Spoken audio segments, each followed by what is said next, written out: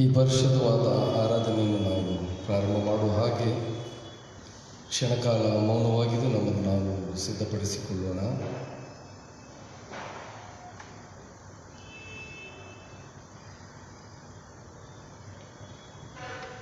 ಸೃಷ್ಟಿಕರ್ತನು ಸರ್ವರನ್ನು ಪರಿಪಾಲಿಸುವ ಆತನಾದ ಪರಲೋಕದ ತಂದೆಯಾದ ದೇವರೇ, ನಿನ್ನ ಪರಿಶುದ್ಧವಾದ ನಾಮಕ್ಕೆ ನಾವು ಸ್ತುತಿ ಸ್ತೋತ್ರಗಳನ್ನು ಸಲ್ಲಿಸ್ತೇವೆ. ನಮ್ಮ ಜೀವಿತ ಕಾಲಕ್ಕೆ ಕೊಟ್ಟಂಥ ಈ ಹೊಸ ದಿವಸಕ್ಕಾಗಿ ನಾವು ನಿನ್ನನ್ನು ವಂದಿಸುತ್ತೇವೆ. ನಿನ್ನ ಅಪಾರವಾದ ಪ್ರೀತಿ ಕೃಪೆ ನಮ್ಮ ಇಹಲೋಕದ ಜೀವಿತಕ್ಕೆ ನೀನು ನೀಡುತ್ತಾ ಬಂದಿರುವ ಆಶೀರ್ವಾದಗಳನ್ನು ನಾವು ನೆನೆಸಿ ನಿನಗೆ ಕೃತಜ್ಞತೆಯನ್ನು ಸಲ್ಲಿಸಲು, ನಿನ್ನನ್ನು ಆರಾಧಿಸಲು ಈ ನಿನ್ನ ಪರಿಶುದ್ಧ ಮಂದಿರಕ್ಕೆ ಬಂದಿದ್ದೇವೆ ಸ್ವಾಮಿ. ಈ ಆರಾಧನೆಯಲ್ಲಿ ನೀನು ಪ್ರಸನ್ನನಾಗಿರು. ನಮ್ಮ ಎಲ್ಲ ಸ್ತೋತ್ರದ ಆರಾಧನೆಯು ಅದು ನಿನ್ನೊಬ್ಬನಿಗೆ ಸಲ್ಲಲಿ. ಎಲ್ಲ ಘನಮಾನ ಸ್ತುತಿ ಸ್ತೋತ್ರಗಳು ನಿನಗೆ ಉಂಟಾಗಲಿ. ಯೇಸುವಿನ ಹೆಸರಿನಲ್ಲಿ ಬೇಡಿದ್ದೇವೆ ನನ್ನ ತಂದೆಯೇ, ಆಮೇಲೆ.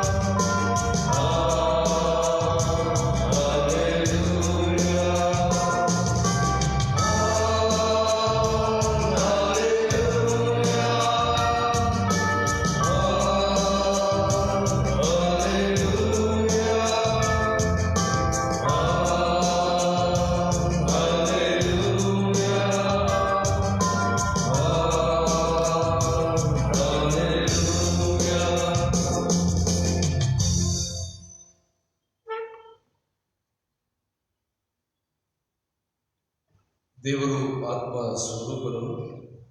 ಆತನನ್ನು ಆರಾಧಿಸುವವರು ಆತ್ಮೀಯ ರೀತಿಯಲ್ಲಿ ಸತ್ಯಕ್ಕೆ ತಕ್ಕ ಹಾಗೆ ಆರಾಧಿಸಬೇಕು. ನಮ್ಮ ತಂದೆಯಾದ ದೇವರಿಂದಲೂ ಕರ್ತನಾದ ಯೇಸು ಕ್ರಿಸ್ತನಿಂದಲೂ ನಿಮಗೆ ಕೃಪೆಯೂ ಶಾಂತಿಯೂ ಆಗಲಿ. ಈ ದಿನವು ಕರ್ತನಿಂದಲೇ ನೇಮಕವಾದದ್ದು. ಇದರಲ್ಲಿ ನಾವು ಉಲ್ಲಾಸದಿಂದ ಆನಂದಿಸೋಣ. ನಮ್ಮ ಈ ಪರಿಶುದ್ಧವಾದ ಆರಾಧನೆಯ ಆರಂಭವು ತಂದೆ, ಕುಮಾರ, ಪವಿತ್ರಾತ್ಮನಾಗಿರುವ ತ್ರಯೇಕ ದೇವರ ನಾಮದಲ್ಲಿ ಆಗಲಿ. ಆಮೇಲೆ. ದೇವರ ಸ್ತೋತ್ರಕ್ಕಾಗಿ ಆಡುವ ಸಂಗೀತಗಳಲ್ಲಿ 39ನೇ ಸಂಗೀತವನ್ನು ನಾವು ಹಾಡಿಕೊಳ್ಳೋಣ. ಸಂಗೀತಗಳಲ್ಲಿ 39ನೇ ಸಂಗೀತ. ಓ ಬನ್ನಿ ಹಿರಿಕಿರಿಯರೇ ಸುರಾಗವೆತ್ತಿರಿ, ಹೋಸನ್ನ ಎಂದು ಕ್ರಿಸ್ತಗೆ ಇಂಪಾಗಿ ಹಾಡಿರಿ.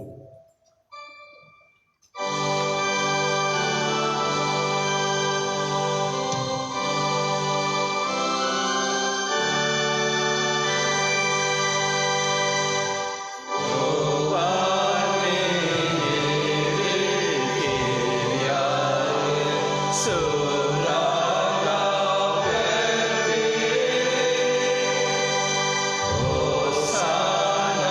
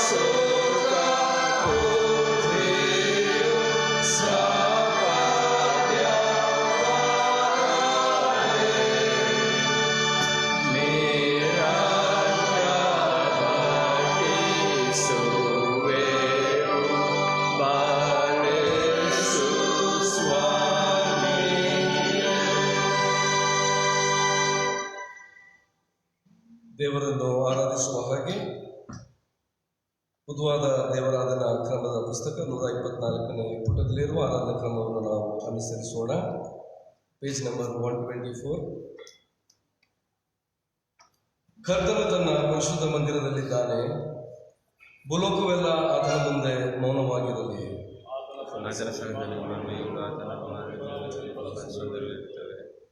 ನಾನಂತೂ ನಿನ್ನ ಮಹಾಕೃಪೆಯನ್ನು ಹೊಂದಿದವನಾಗಿ ನಿನ್ನ ಮಂದಿರದೊಳಕ್ಕೆ ಪ್ರವೇಶಿಸುವೆನು.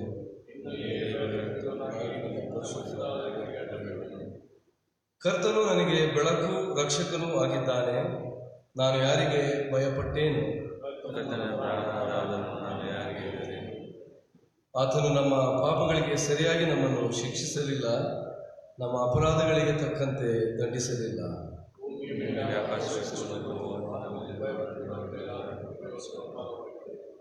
ಕರ್ತನ ಮಹೋಪಕಾರಗಳಿಗೆ ಬದಲೇನು ಮಾಡಲಿ? ಕರ್ತನೇ ನನ್ನ ಶರಣನೇ, ನನ್ನ ವಂಚಕನೇ, ನನ್ನ ಮಾತುಗಳು ನನ್ನ ದೇವರಾಗಲಿ. ಪ್ರಾರ್ಥನೆ ಮಾಡೋಣ. ಸಭೆಯ ಕುಳಿತುಕೊಳ್ಳುವಂತೆ ಕೇಳಿಕೊಂಡಿದ್ದೇನೆ.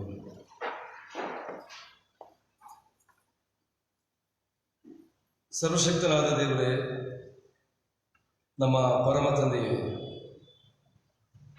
ನಿನ್ನಲ್ಲಿಯೇ ನಮಗೆ ಮನಃಶಾಂತಿಯೂ ಸಮಾಧಾನವೂ ದೊರಕುತ್ತವೆ.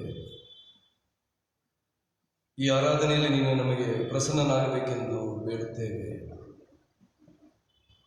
ನಿನ್ನ ಆತ್ಮನ ವರಗಳನ್ನು ನಮ್ಮ ಮೇಲೆ ಸುರಿಸು.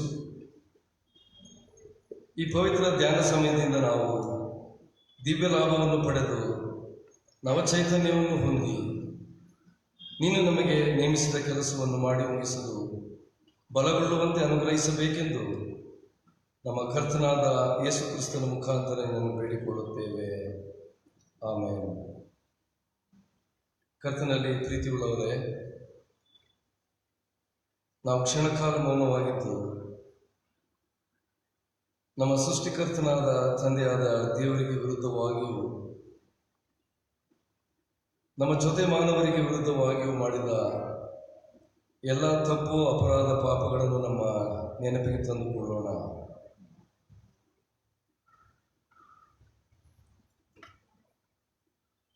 ನಮ್ಮಲ್ಲಿ ಪಾಪವಿಲ್ಲವೆಂದು ನಾವು ಹೇಳಿದರೆ ನಮ್ಮನ್ನು ನಾವೇ ಮೋಸಪಡಿಸಿಕೊಳ್ಳುತ್ತೇವೆ ಮತ್ತು ಸತ್ಯವೆಂಬುದು ನಮ್ಮಲ್ಲಿಲ್ಲ.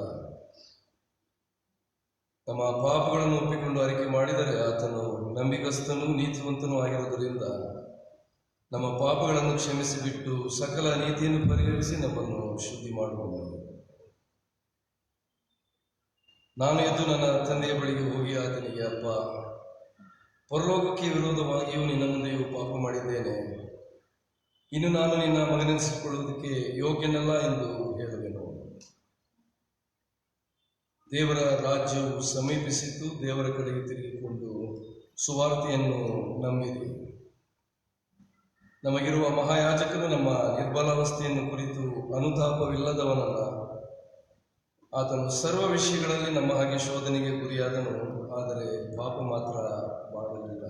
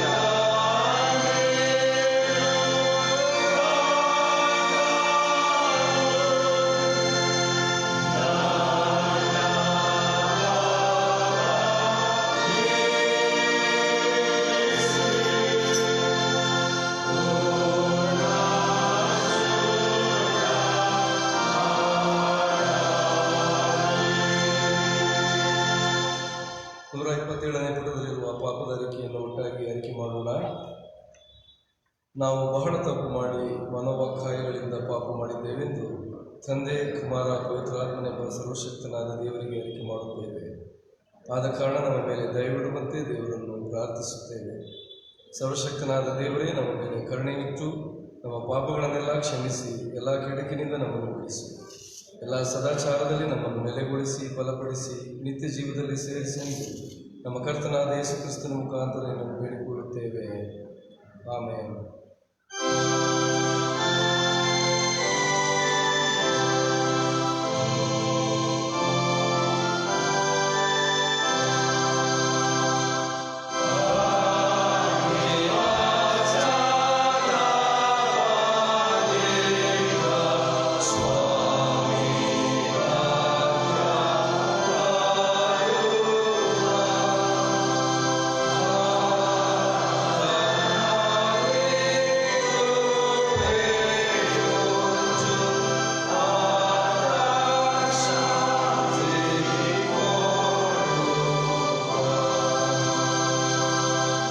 ದೇವರಿಂದ ಪಾಪ ಕ್ಷಮಾಪಣೆಯನ್ನು ಹೊಂದಿಕೊಳ್ಳೋಣ. ದೇವರೇ, ಸದಾ ಕರುಣೆ ತೋರಿಸುವುದು, ಕ್ಷಮಿಸುವುದು ನಿನ್ನ ಸ್ವಭಾವವೇ ಆಗಿದೆ. ನಮ್ಮ ಬಡಬಿನ್ನಗಳನ್ನು ಲಾಲಿಸಿ ನಮ್ಮ ಪಾಪಗಳ ಸಂಕೋಲೆಯಿಂದ ನಾವು ಬಂಧಿತರಾಗಿದ್ದರೂ ಕರುಣಾಸಾಗರನಾದ ನೀನು ನಮ್ಮ ಮಧ್ಯಸ್ಥನೂ ಸಹಾಯಕನೂ ಆಗಿರುವ ಯೇಸು ಕ್ರಿಸ್ತನ ಘನಕ್ಕಾಗಿ ನಮ್ಮನ್ನು ಬಿಡುಗಡೆ ಮಾಡಬೇಕೆಂದು ನಿನ್ನನ್ನು ಬೇಡಿಕೊಳ್ಳುತ್ತೇವೆ. ಆಮೇಲೆ ಈ ದಿನಕ್ಕೆ ನೇಮಕವಾದಂಥ ಹಳೆ ಒಡಂಬಡಿಕೆಯ ಮತ್ತು ಪತ್ರಿಕೆಯ ಪಾಲನ್ನು ಈಗ ಓದಲ್ಪಡುತ್ತದೆ. ಮೊದಲಿಗೆ ಹಳೆ ಒಡಂಬಡಿಕೆಯ ವೇದ ಭಾಗವನ್ನು ಓದಲ್ಪಡುತ್ತದೆ.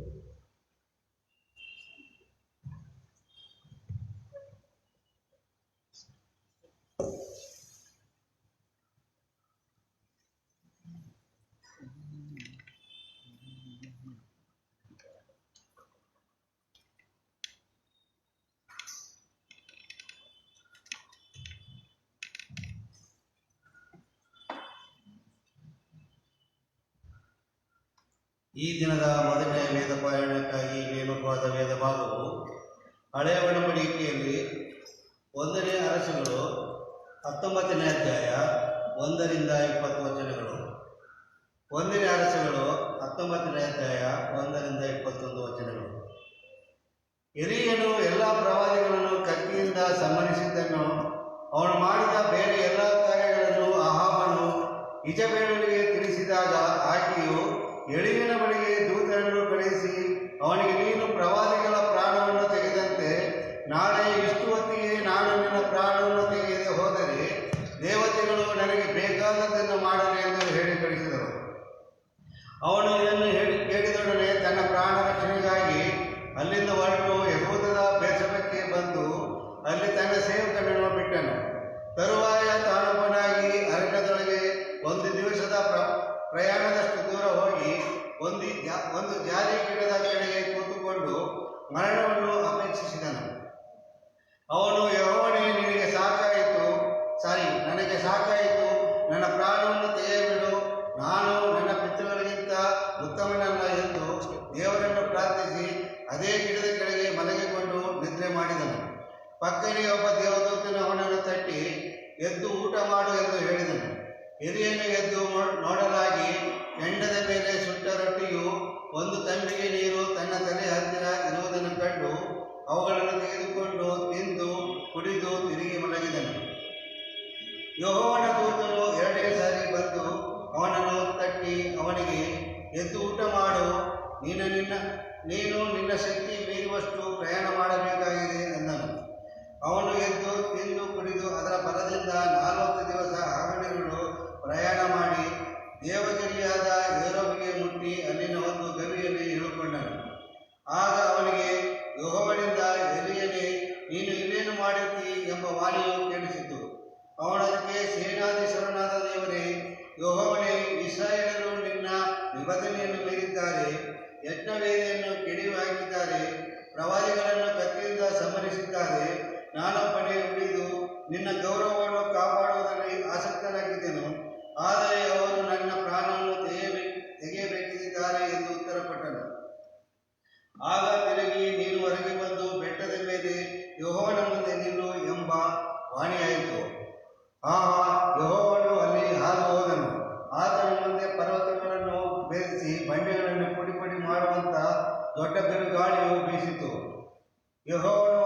ಇರಲಿಲ್ಲ. ತರುವಾಯ ಭೂಕಂಪ ಉಂಟಾಯಿತು, ಅದರಲ್ಲಿಯೂ ಆತನಿರಲಿಲ್ಲ. ಭೂಕಂಪವಾದ ನಂತರ ಸಿಡಿಲುಂಟಾಯಿತು, ಅದರಲ್ಲಿಯೂ ಯೆಹೋವನಿರಲಿಲ್ಲ. ಕಡೆಗೆ ಮಂದ ಮಾರುತ ಶಬ್ದ.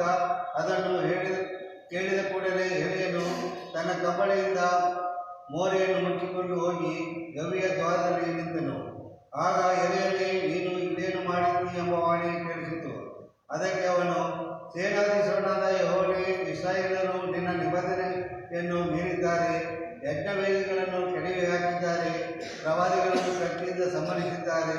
ನಾನೊಬ್ಬನೇ ಉಳಿದು ನಿನ್ನ ಗೌರವವನ್ನು ಕಾಪಾಡುವಲ್ಲಿ ಆಸಕ್ತನಾಗಿದ್ದನು, ಆದರೆ ಅವರು ನನ್ನ ಪ್ರಾಣವನ್ನು ತೆಗೆಯಬೇಕಿದ್ದಾರೆ ಎಂದು ಉತ್ತರ ಕೊಟ್ಟನು. ಆಗ ಯೆಹೋವನು ಅವನಿಗೆ, ನೀನು ಬಂದ ದಾರಿಯಿಂದ ಹಿಂದಿರುಗಿ ದಮಸ್ಕ ದಾರಿಯಕ್ಕೆ ಹೋಗು. ಅಲ್ಲಿಂದ ಪಟ್ಟಣದೊಳಗೆ ಪ್ರವೇಶಿಸಿ ಹಾಜಾಯೇಲನನ್ನು ಅರಾಮ್ಯರ ಅರಸನನ್ನಾಗಿ ಅಭಿಷೇಕಿಸು.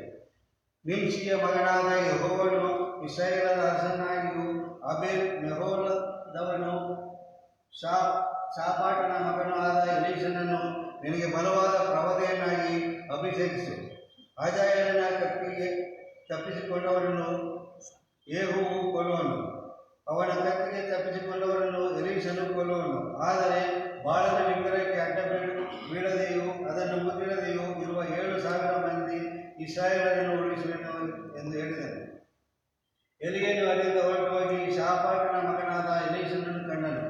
ಅವನು ಹೊಲವನ್ನು ಉಳುವುದಕ್ಕೆ 12 ಜೋಡಿ ಎತ್ತುಗಳನ್ನು ತಂದು 12ನೆಯ ಜೋಡಿಯಿಂದ ತಾನಾಗಿ ಉಳಿತಿದ್ದನು. ಎಲಿಯನು ಅಲ್ಲಿಂದ ಹಾದು ಹೋಗುವಾಗ ತನ್ನ ಕಂಬಳಿಯನ್ನು ಅವನ ಮೇಲೆ ಹಾಕಿದನು.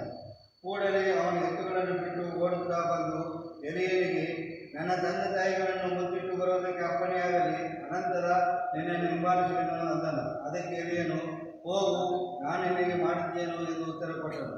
ಎಲೀಷನು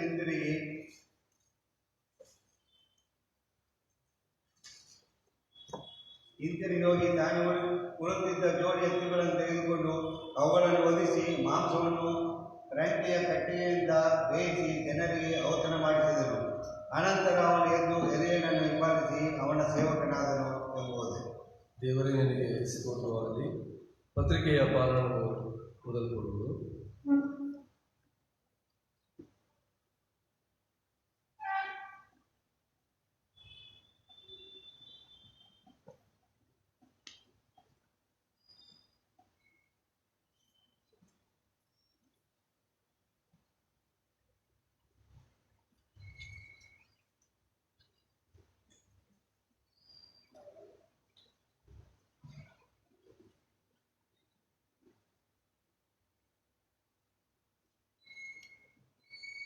ಎರಡನೇ ವೇದಪಾರಣಕ್ಕಾಗಿ ಆರಿಸಿಕೊಂಡಿರುವ ವೇದಭಾಗವು ಶ್ರೀ ಯೋಹಾನನು ಬರೆದ ಪ್ರಕಟಣೆ ಅಧ್ಯಾಯ 10 ವಚನಗಳು 1ರಿಂದ 11ರವರೆಗೆ.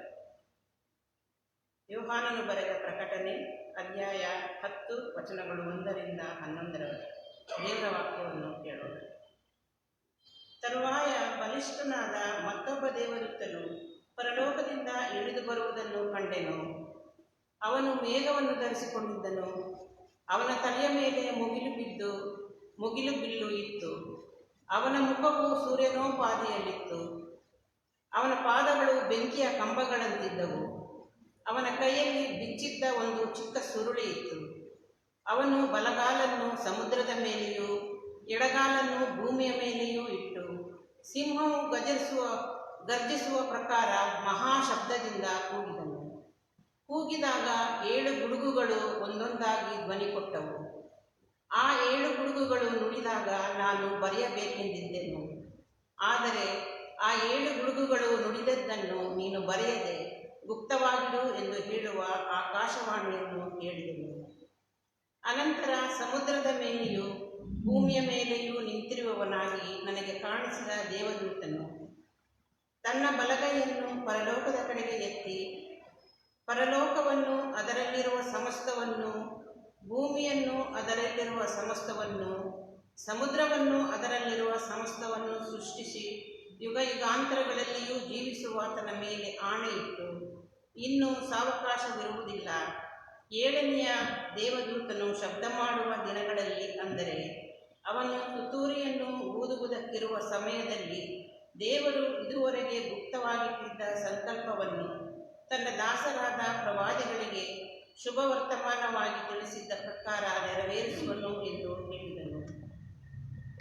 ಅನಂತರ ಪರಲೋಕದಿಂದ ನನಗೆ ಕೇಳಿಸಿದ್ದ ಶಬ್ದವು ತಿರುಗಿ ನನ್ನೊಂದಿಗೆ ಮಾತಾಡಿ, ನೀನು ಹೋಗಿ ಸಮುದ್ರದ ಮೇಲೆಯೂ ಭೂಮಿಯ ಮೇಲೆಯೂ ನಿಂತುಕೊಂಡಿರುವ ದೂತನ ಕೈಯಲ್ಲಿರುವ ಆ ಬಿಚ್ಚಿದ ಸುರುಳಿಯನ್ನು ತೆಗೆದುಕೋ ಎಂದು ಹೇಳಿತು.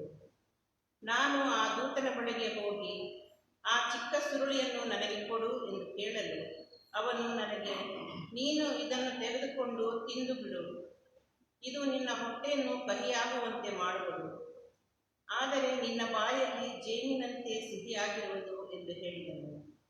ಆಗ ನಾನು ಆ ಚಿಕ್ಕ ಸುರುಳಿಯನ್ನು ಆ ದೂತನ ಕೈಯಿಂದ ತೆಗೆದುಕೊಂಡು ತಿಂದು ಬಿಟ್ಟೆನು.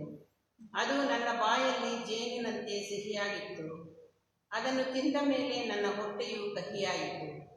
ಆಮೇಲೆ ಇನ್ನೂ ನೀನು ಅನೇಕವಾಗಿರುವ ಪ್ರಜೆ, ಜನ, ಭಾಷೆ, ರಾಜ ಇವರ ವಿಷಯಗಳಲ್ಲಿ ಪ್ರವಾದನೆ ಹೇಳಬೇಕೆಂದು ನನಗೆ ತಿಳಿಸಲ್ಪಟ್ಟಿತು ಎಂಬುದು. ದೇವರೇ ನಿಮಗೆ ಸ್ತೋತ್ರವಾಗಲಿ. ಆಡುವ ಜ್ಞಾನಕೀರ್ತನೆಗಳಲ್ಲಿ 27ನೇ ಕೀರ್ತನೆಯನ್ನು ನಾವು ಹಾಡಿಕೊಳ್ಳೋಣ.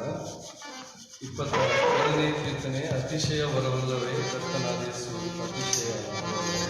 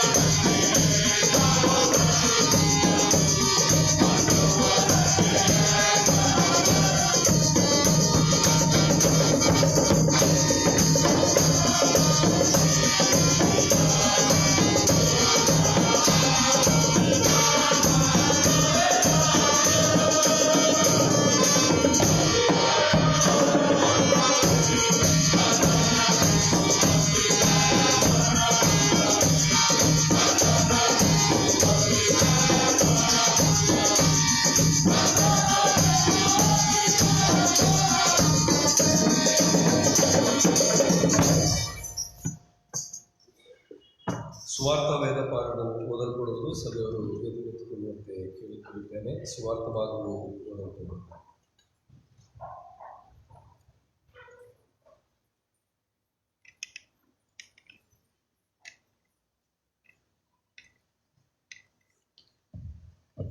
ಈ ಪರಿಶುದ್ಧವಾದ ಆರಾಧನೆಗಾಗಿ ಆರಿಸಿಕೊಂಡಿರುವ ಸುವಾರ್ಥ ಭಾಗವು ಹೊಸ ಒಡಂಬಡಿಕೆಯಲ್ಲಿ ಶ್ರೀ ಲೂಕನು ಬರೆದ ಸುವಾರ್ತೆ ಅಧ್ಯಾಯ 1 ವಚನ 39ರಿಂದ 45ರವರೆಗೆ. ಲೂಕನು ಬರೆದ ಸುವಾರ್ತೆ ಅಧ್ಯಾಯ 1 ವಚನ 39ರಿಂದ 45ರವರೆಗೆ. ದೇವರ ವಾಕ್ಯವನ್ನು ಕೇಳೋಣ. ಯೇಸುವಿನ ತಾಯಿಯಾದ ಮರಿಯಳು ಯೋಹಾನನ ತಾಯಿಗೆ ಭೇಟಿ ಕೊಟ್ಟದ್ದು ಮತ್ತು ದೇವರನ್ನು ಕೊಂಡಾಡಿದ್ದು. ಆ ಕಾಲದಲ್ಲಿ ಮರಿಯಳು ಎದ್ದು ಅವಸರದಿಂದ ಮಲೆನಾಡಿಗೆ ಹೊರಟು ಯೆಹೂದದಲ್ಲಿರುವ ಒಂದೂರಿಗೆ ಹೋಗಿ ಜಕರಿಯನ ಮನೆಯನ್ನು ಸೇರಿ ಎಲಿಜಬೇತಳಿಗೆ ವಂದಿಸಿದಳು. ಎಲಿಜಬೇತಳು ಮರಿಯಳ ವಂದನೆಯನ್ನು ಕೇಳುತ್ತಲೇ ಆಕೆಯ ಗರ್ಭದಲ್ಲಿದ್ದ ಕೂಸು ಹಾರಾಡಿತು. ಮತ್ತು ಎಲಿಜಬೇತಳು ಪವಿತ್ರಾತ್ಮನ ಭರಿತಳಾಗಿ ಮಹಾಧ್ವನಿಯಿಂದ ಕೂಗಿ, ನೀನು ಸ್ತ್ರೀಯರೊಳಗೆ ಆಶೀರ್ವಾದ ಹೊಂದಿದವಳು ಮತ್ತು ನಿನ್ನಲ್ಲಿ ಹುಟ್ಟುವ ಕೂಸು ಆಶೀರ್ವಾದ ಹೊಂದಿದ್ದು. ನನ್ನ ಸ್ವಾಮಿಯ ತಾಯಿಯು ನನ್ನ ಬಳಿಗೆ ಬರುವಷ್ಟು ಭಾಗ್ಯ ನನಗೆ ಎಲ್ಲಿಂದಾಯಿತು? ಇಗೋ, ನಿನ್ನ ವಂದನೆಯು ನನ್ನ ಕಿವಿಗೆ ಬೀಳುತ್ತಲೇ ಕೂಸು ನನ್ನ ಗರ್ಭದಲ್ಲಿ ಉಲ್ಲಾಸದಿಂದ ಹಾರಾಡಿತು. ನಂಬಿದವಳಾದ ನೀನು ಧನ್ಯಳೆ. ಕರ್ತನು ನೀನು ನಿನಗೆ ಹೇಳಿದ ಮಾತುಗಳು ನೆರವೇರುವವು ಅಂದಳು ಎಂಬುದೇ. ಕ್ರಿಸ್ತನೇ ನಿನಗೆ ಸ್ತೋತ್ರವಾಗಲಿ.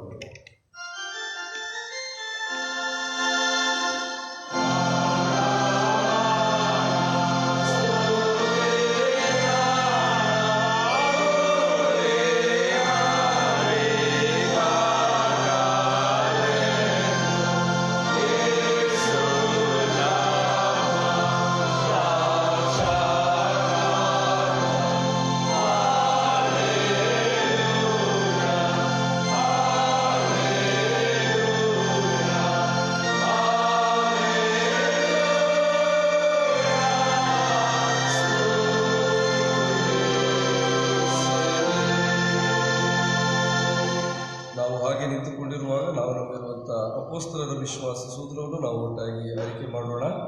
128ನೇ ಪುಟದಲ್ಲಿರುವ ಅಪೊಸ್ತಲರ ವಿಶ್ವಾಸ ಸೂತ್ರ. ಪರಲೋಕ ಮೂಲಗಳನ್ನು ಸೃಷ್ಟಿಸಿದ ಸರ್ವಶಕ್ತನಾಗಿರುವ ತಂದೆಯಾದ ದೇವರನ್ನು ಆತನ ಏಕಕುಮಾರನಾಗಿರುವ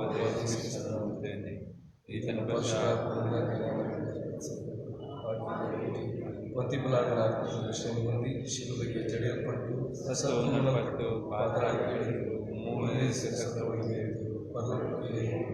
ಸರ್ವಶಕ್ತನಾಗಿರುವ ತಂದೆಯಾದ ದೇವರ ಪಾರ್ಶ್ವದಲ್ಲಿ ಕುಳಿತಿದ್ದಾನೆ. ಈತನ ಒಳಗೆ ಬಂದು ಬದುಕಿರುವುದನ್ನು ಸತ್ತವರಿಗೆ ನ್ಯಾಯ ತೀರಿಸುವುದನ್ನು ನಂಬುತ್ತೇನೆ. ನಾನು ಪರಿಶುದ್ಧಾತ್ಮನ ನಂಬುತ್ತೇನೆ.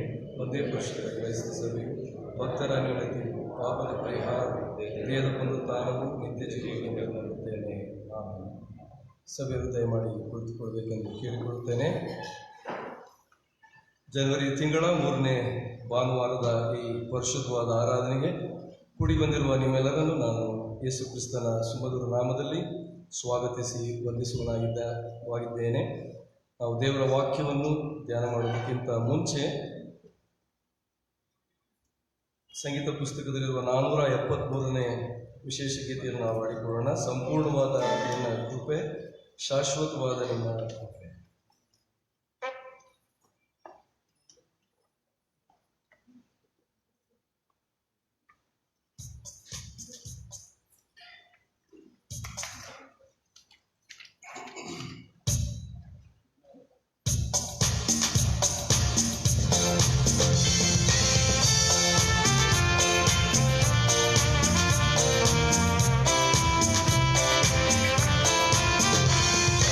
Oh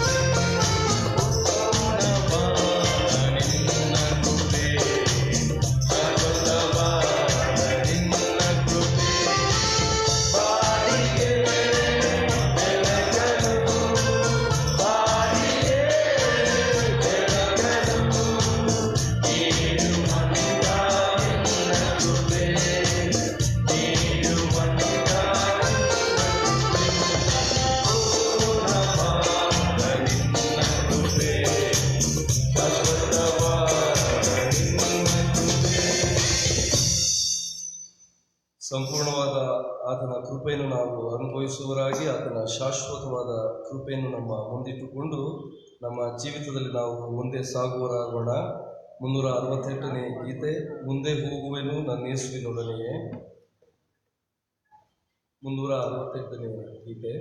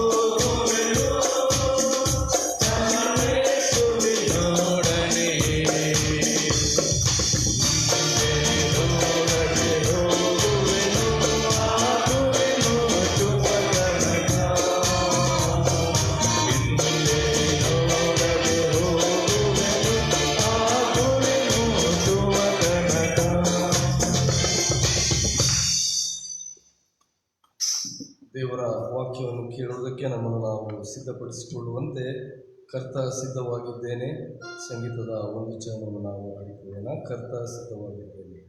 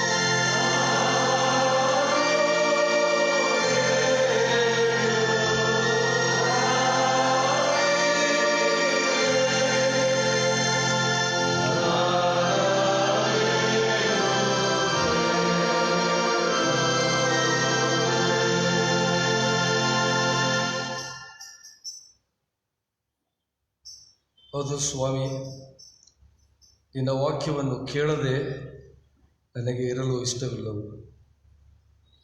ನಾವು ನಿನ್ನ ಜೀವವುಳ್ಳ ವಾಕ್ಯವನ್ನು ಕೇಳಲು ಬಂದಿದ್ದೇವೆ ಸ್ವಾಮಿ. ನಿನ್ನ ವಾಕ್ಯವು ಅದು ನಿರಂತರವಾಗಿ ಇರುವಂಥದ್ದು, ನಮ್ಮನ್ನು ಉತ್ತೇಜನಗೊಳಿಸುವಂಥದ್ದು, ಸ್ಫೂರ್ತಿಗೊಳಿಸುವಂಥದ್ದು. ನಮ್ಮ ಜೀವಿತದ ಎಲ್ಲ ಸಂದರ್ಭದಲ್ಲಿ ಸ್ವಾಮಿ ಅದು ನಮಗೆ ನೀತಿಯ, ಸತ್ಯದ, ರಕ್ಷಣೆಯ ಮಾರ್ಗವನ್ನು ತಿಳಿಸುವಂಥದ್ದಾಗಿದೆ. ನಮ್ಮ ಹೃದಯಗಳನ್ನು ನೀನು ತೆರೆ, ಆಗ ನಾವು ನಿನ್ನ ವಾಕ್ಯದ ಗೂಢಾರ್ಥಗಳನ್ನು ನಾವು ಅರ್ಥ ಮಾಡಿಕೊಳ್ಳುವೆವು. ಈ ಧ್ಯಾನದ ಸಮಯವೂ ಅದು ನಿನಗೆ ಸಮರ್ಪಕವಾಗಿರಲಿ. ಯೇಸುವಿನ ಹೆಸರಿನಲ್ಲಿ ಬೇಡಿದ್ದೇವೆ ನಮ್ಮ ತಂದೆಗೆ, ಆಮೆನ್. ಈ ಪರಿಶುದ್ಧವಾದ ದೇವರ ಆರಾಧನೆಯಲ್ಲಿ ದೇವರನ್ನು ಆರಾಧಿಸಲು, ಕೊಂಡಾಡಲು ಮತ್ತು ದೇವರ ವಾಕ್ಯದ ಧ್ಯಾನವನ್ನು ಮಾಡಲು ದೇವರು ಕೊಟ್ಟಂಥ ಈ ಕೃಪೆಯ ಅವಕಾಶಕ್ಕಾಗಿ ನಾನು ತಂದೆಯಾದ ದೇವರಿಗೆ ವಂದನೆಯನ್ನು ಸಲ್ಲಿಸ್ತೇನೆ. ಈ ದಿವಸದಲ್ಲಿ ಸಭೆಯಾಗಿ ಬೈಬಲ್ ಸಂಡೇ, ಸತ್ಯವೇದ ಭಾನುವಾರವನ್ನು ರೈಸ್ ಸ್ಮಾರಕ ದೇವಾಲಯದವರು ಆಚರಿಸುತ್ತಿರುವುದು ಬಹಳ ಸಂತೋಷದ ಸಂಗತಿ. ಈ ಆರಾಧನೆಯನ್ನು ನಡೆಸಲು ಮತ್ತು ವಾಕ್ಯ ಸಂದೇಶವನ್ನು ನೀಡಲು ಅವಕಾಶ ಮಾಡಿಕೊಟ್ಟಂಥ ಪ್ರಿಯ ಸಭಾಪಾಲಕರಾದ ಘನ ಆಲ್ಫ್ರೆಡ್ ಸುದರ್ಶನ್ ಅಯ್ಯನವರಿಗೆ ನಾನು ವಂದನೆಗಳನ್ನು ಸಲ್ಲಿಸ್ತೇನೆ. ಸಭ್ಯರಾದ ನಿಮ್ಮೆಲ್ಲರಿಗೂ, ವಿಶೇಷವಾಗಿ ಸಭಾಪಾಲನಾ ಸಮಿತಿಯ ಸದಸ್ಯರು, ಸಭೆಯ ಹಿರಿಯರೆಲ್ಲರಿಗೂ ನಾನು ಹೃತ್ಪೂರ್ವಕವಾದ ವಂದನೆಯನ್ನು ಸಲ್ಲಿಸುವನಾಗಿದ್ದೇನೆ. ಬೈಬಲ್ ಸೊಸೈಟಿ ಆಫ್ ಇಂಡಿಯಾದ ಪರವಾಗಿ ನಾನು ನಿಮ್ಮೆಲ್ಲರಿಗೆ ವಂದನೆಗಳನ್ನು, ಅಭಿನಂದನೆಗಳನ್ನು ತಿಳಿಸುವನಾಗಿದ್ದೇನೆ. ನಮ್ಮ ಈ ದಿನದ ಧ್ಯಾನಕ್ಕೆ ಕೊಟ್ಟಂಥ ವಿಷಯ word of God inspired to inspire, ಸ್ಫೂರ್ತಿ ನೀಡಲು ಪ್ರೇರಿತವಾದಂಥ ದೇವರ ವಾಕ್ಯ ಎಂಬ ಒಂದು ಥೀಮನ್ನು ಕೊಡಲ್ಪಟ್ಟಿದೆ. ರೈಸ್ ಸ್ಮಾರಕ ಸಭೆಯ ಒಂದು ಅಸೋಸಿಯೇಷನ್, ಬೈಬಲ್ ಸೊಸೈಟಿ ಆಫ್ ಇಂಡಿಯಾದ ನಿಮ್ಮೆಲ್ಲರಿಗೂ ಪರಿಚಿತವಾಗಿರ್ಬೋದು. ಮೊದಲನೆಯ ಆಕ್ಸಿಲರಿ ಸೆಕ್ರೆಟರಿ, ಕರ್ನಾಟಕ ವಲಯದ ಆಕ್ಸಿಲರಿ ಸೆಕ್ರೆಟರಿ ಕೂಡ ನಿಮ್ಮ ಸಭೆಯವರೇ, ರೈಸ್ ಬೋಧಕರು. ಮತ್ತು ಪ್ರಸ್ತುತ ಇರುವ ಕರ್ನಾಟಕ ಆಕ್ಸಿಲರಿ ಸೆಕ್ರೆಟರಿ ಕೂಡ ರೈಸ್ ಸ್ಮಾರಕ ಸಭೆಯ ಸದಸ್ಯರು, ಶ್ರೀಮತಿ ಶಶಿಕಲಾ ಆಳ್ವ ಅವರು ನನ್ನನ್ನು ಕಳೆದ ಕೆಲವು ದಿನಗಳ ಹಿಂದೆ ಕೇಳಿಕೊಂಡಾಗ ಅವರು ಈ ದಿವಸ ಸಾಯಂಕಾಲ 4:30 ಮುಂಬೈನ UBM ಸಭೆಯಲ್ಲಿ ಅವರಿಗೆ ಕರ್ನಾಟಕ ಸೌತ್ ಡಯಾಸಿಸ್ನಲ್ಲಿ ಅವರಿಗೆ ಆರ್ಡಿನೇಷನ್ ಈ ದಿವಸ ಸಾಯಂಕಾಲ ನಡೆಯಲಿದೆ. ಅವರು ನಿಮ್ಮೆಲ್ಲರನ್ನು ನಿಮ್ಮ ಪ್ರಾರ್ಥನೆಗಳಲ್ಲಿ ನೆನೆಸಿಕೊಳ್ಳಿ ಎಂಬುದಾಗಿ ಅವರು ಕೇಳಿಕೊಂಡಿದ್ದಾರೆ. ಈ ದಿವಸ ಸಾಯಂಕಾಲ ನಡೆಯಲಿರುವಂಥ ಆರ್ಡಿನೇಷನ್ನಲ್ಲಿ ಅವರು ತಮ್ಮನ್ನು ತಾವು ಸೇವೆಗೆ ಅರ್ಪಿಸಿಕೊಳ್ಳಲಿದ್ದಾರೆ. ಹಲವಾರು ವರ್ಷಗಳ ಸತತ ಪ್ರಾರ್ಥನೆ, ಪ್ರೋತ್ಸಾಹ, ಸಹಾಯ ಇವೆಲ್ಲವುಗಳನ್ನು ನಾವು ಬೈಬಲ್ ಸೊಸೈಟಿ ಆಫ್ ಇಂಡಿಯಾ ನಾವು ಸ್ಮರಿಸುತ್ತೇವೆ. ನಿಮ್ಮ ಸಭೆಯ ಅನೇಕ ಸದಸ್ಯರು ಇದರಲ್ಲಿ ಆಕ್ಟಿವ್ ಆಗಿ ಸಭೆಯ ಸೇವೆಗೆ ಸಹಾಯ ಮಾಡುತ್ತಾ ಬಂದಿದ್ದೀರಿ, ಪ್ರಾರ್ಥನೆಯಲ್ಲಿ ಜ್ಞಾಪಿಸಿಕೊಳ್ಳುತ್ತಾ ಬಂದಿದ್ದೀರಿ. ಅದಕ್ಕಾಗಿ ನಾನು ನಿಮ್ಮೆಲ್ಲರಿಗೆ ವಂದನೆಯನ್ನು ಸಲ್ಲಿಸುವನಾಗಿದ್ದೇನೆ.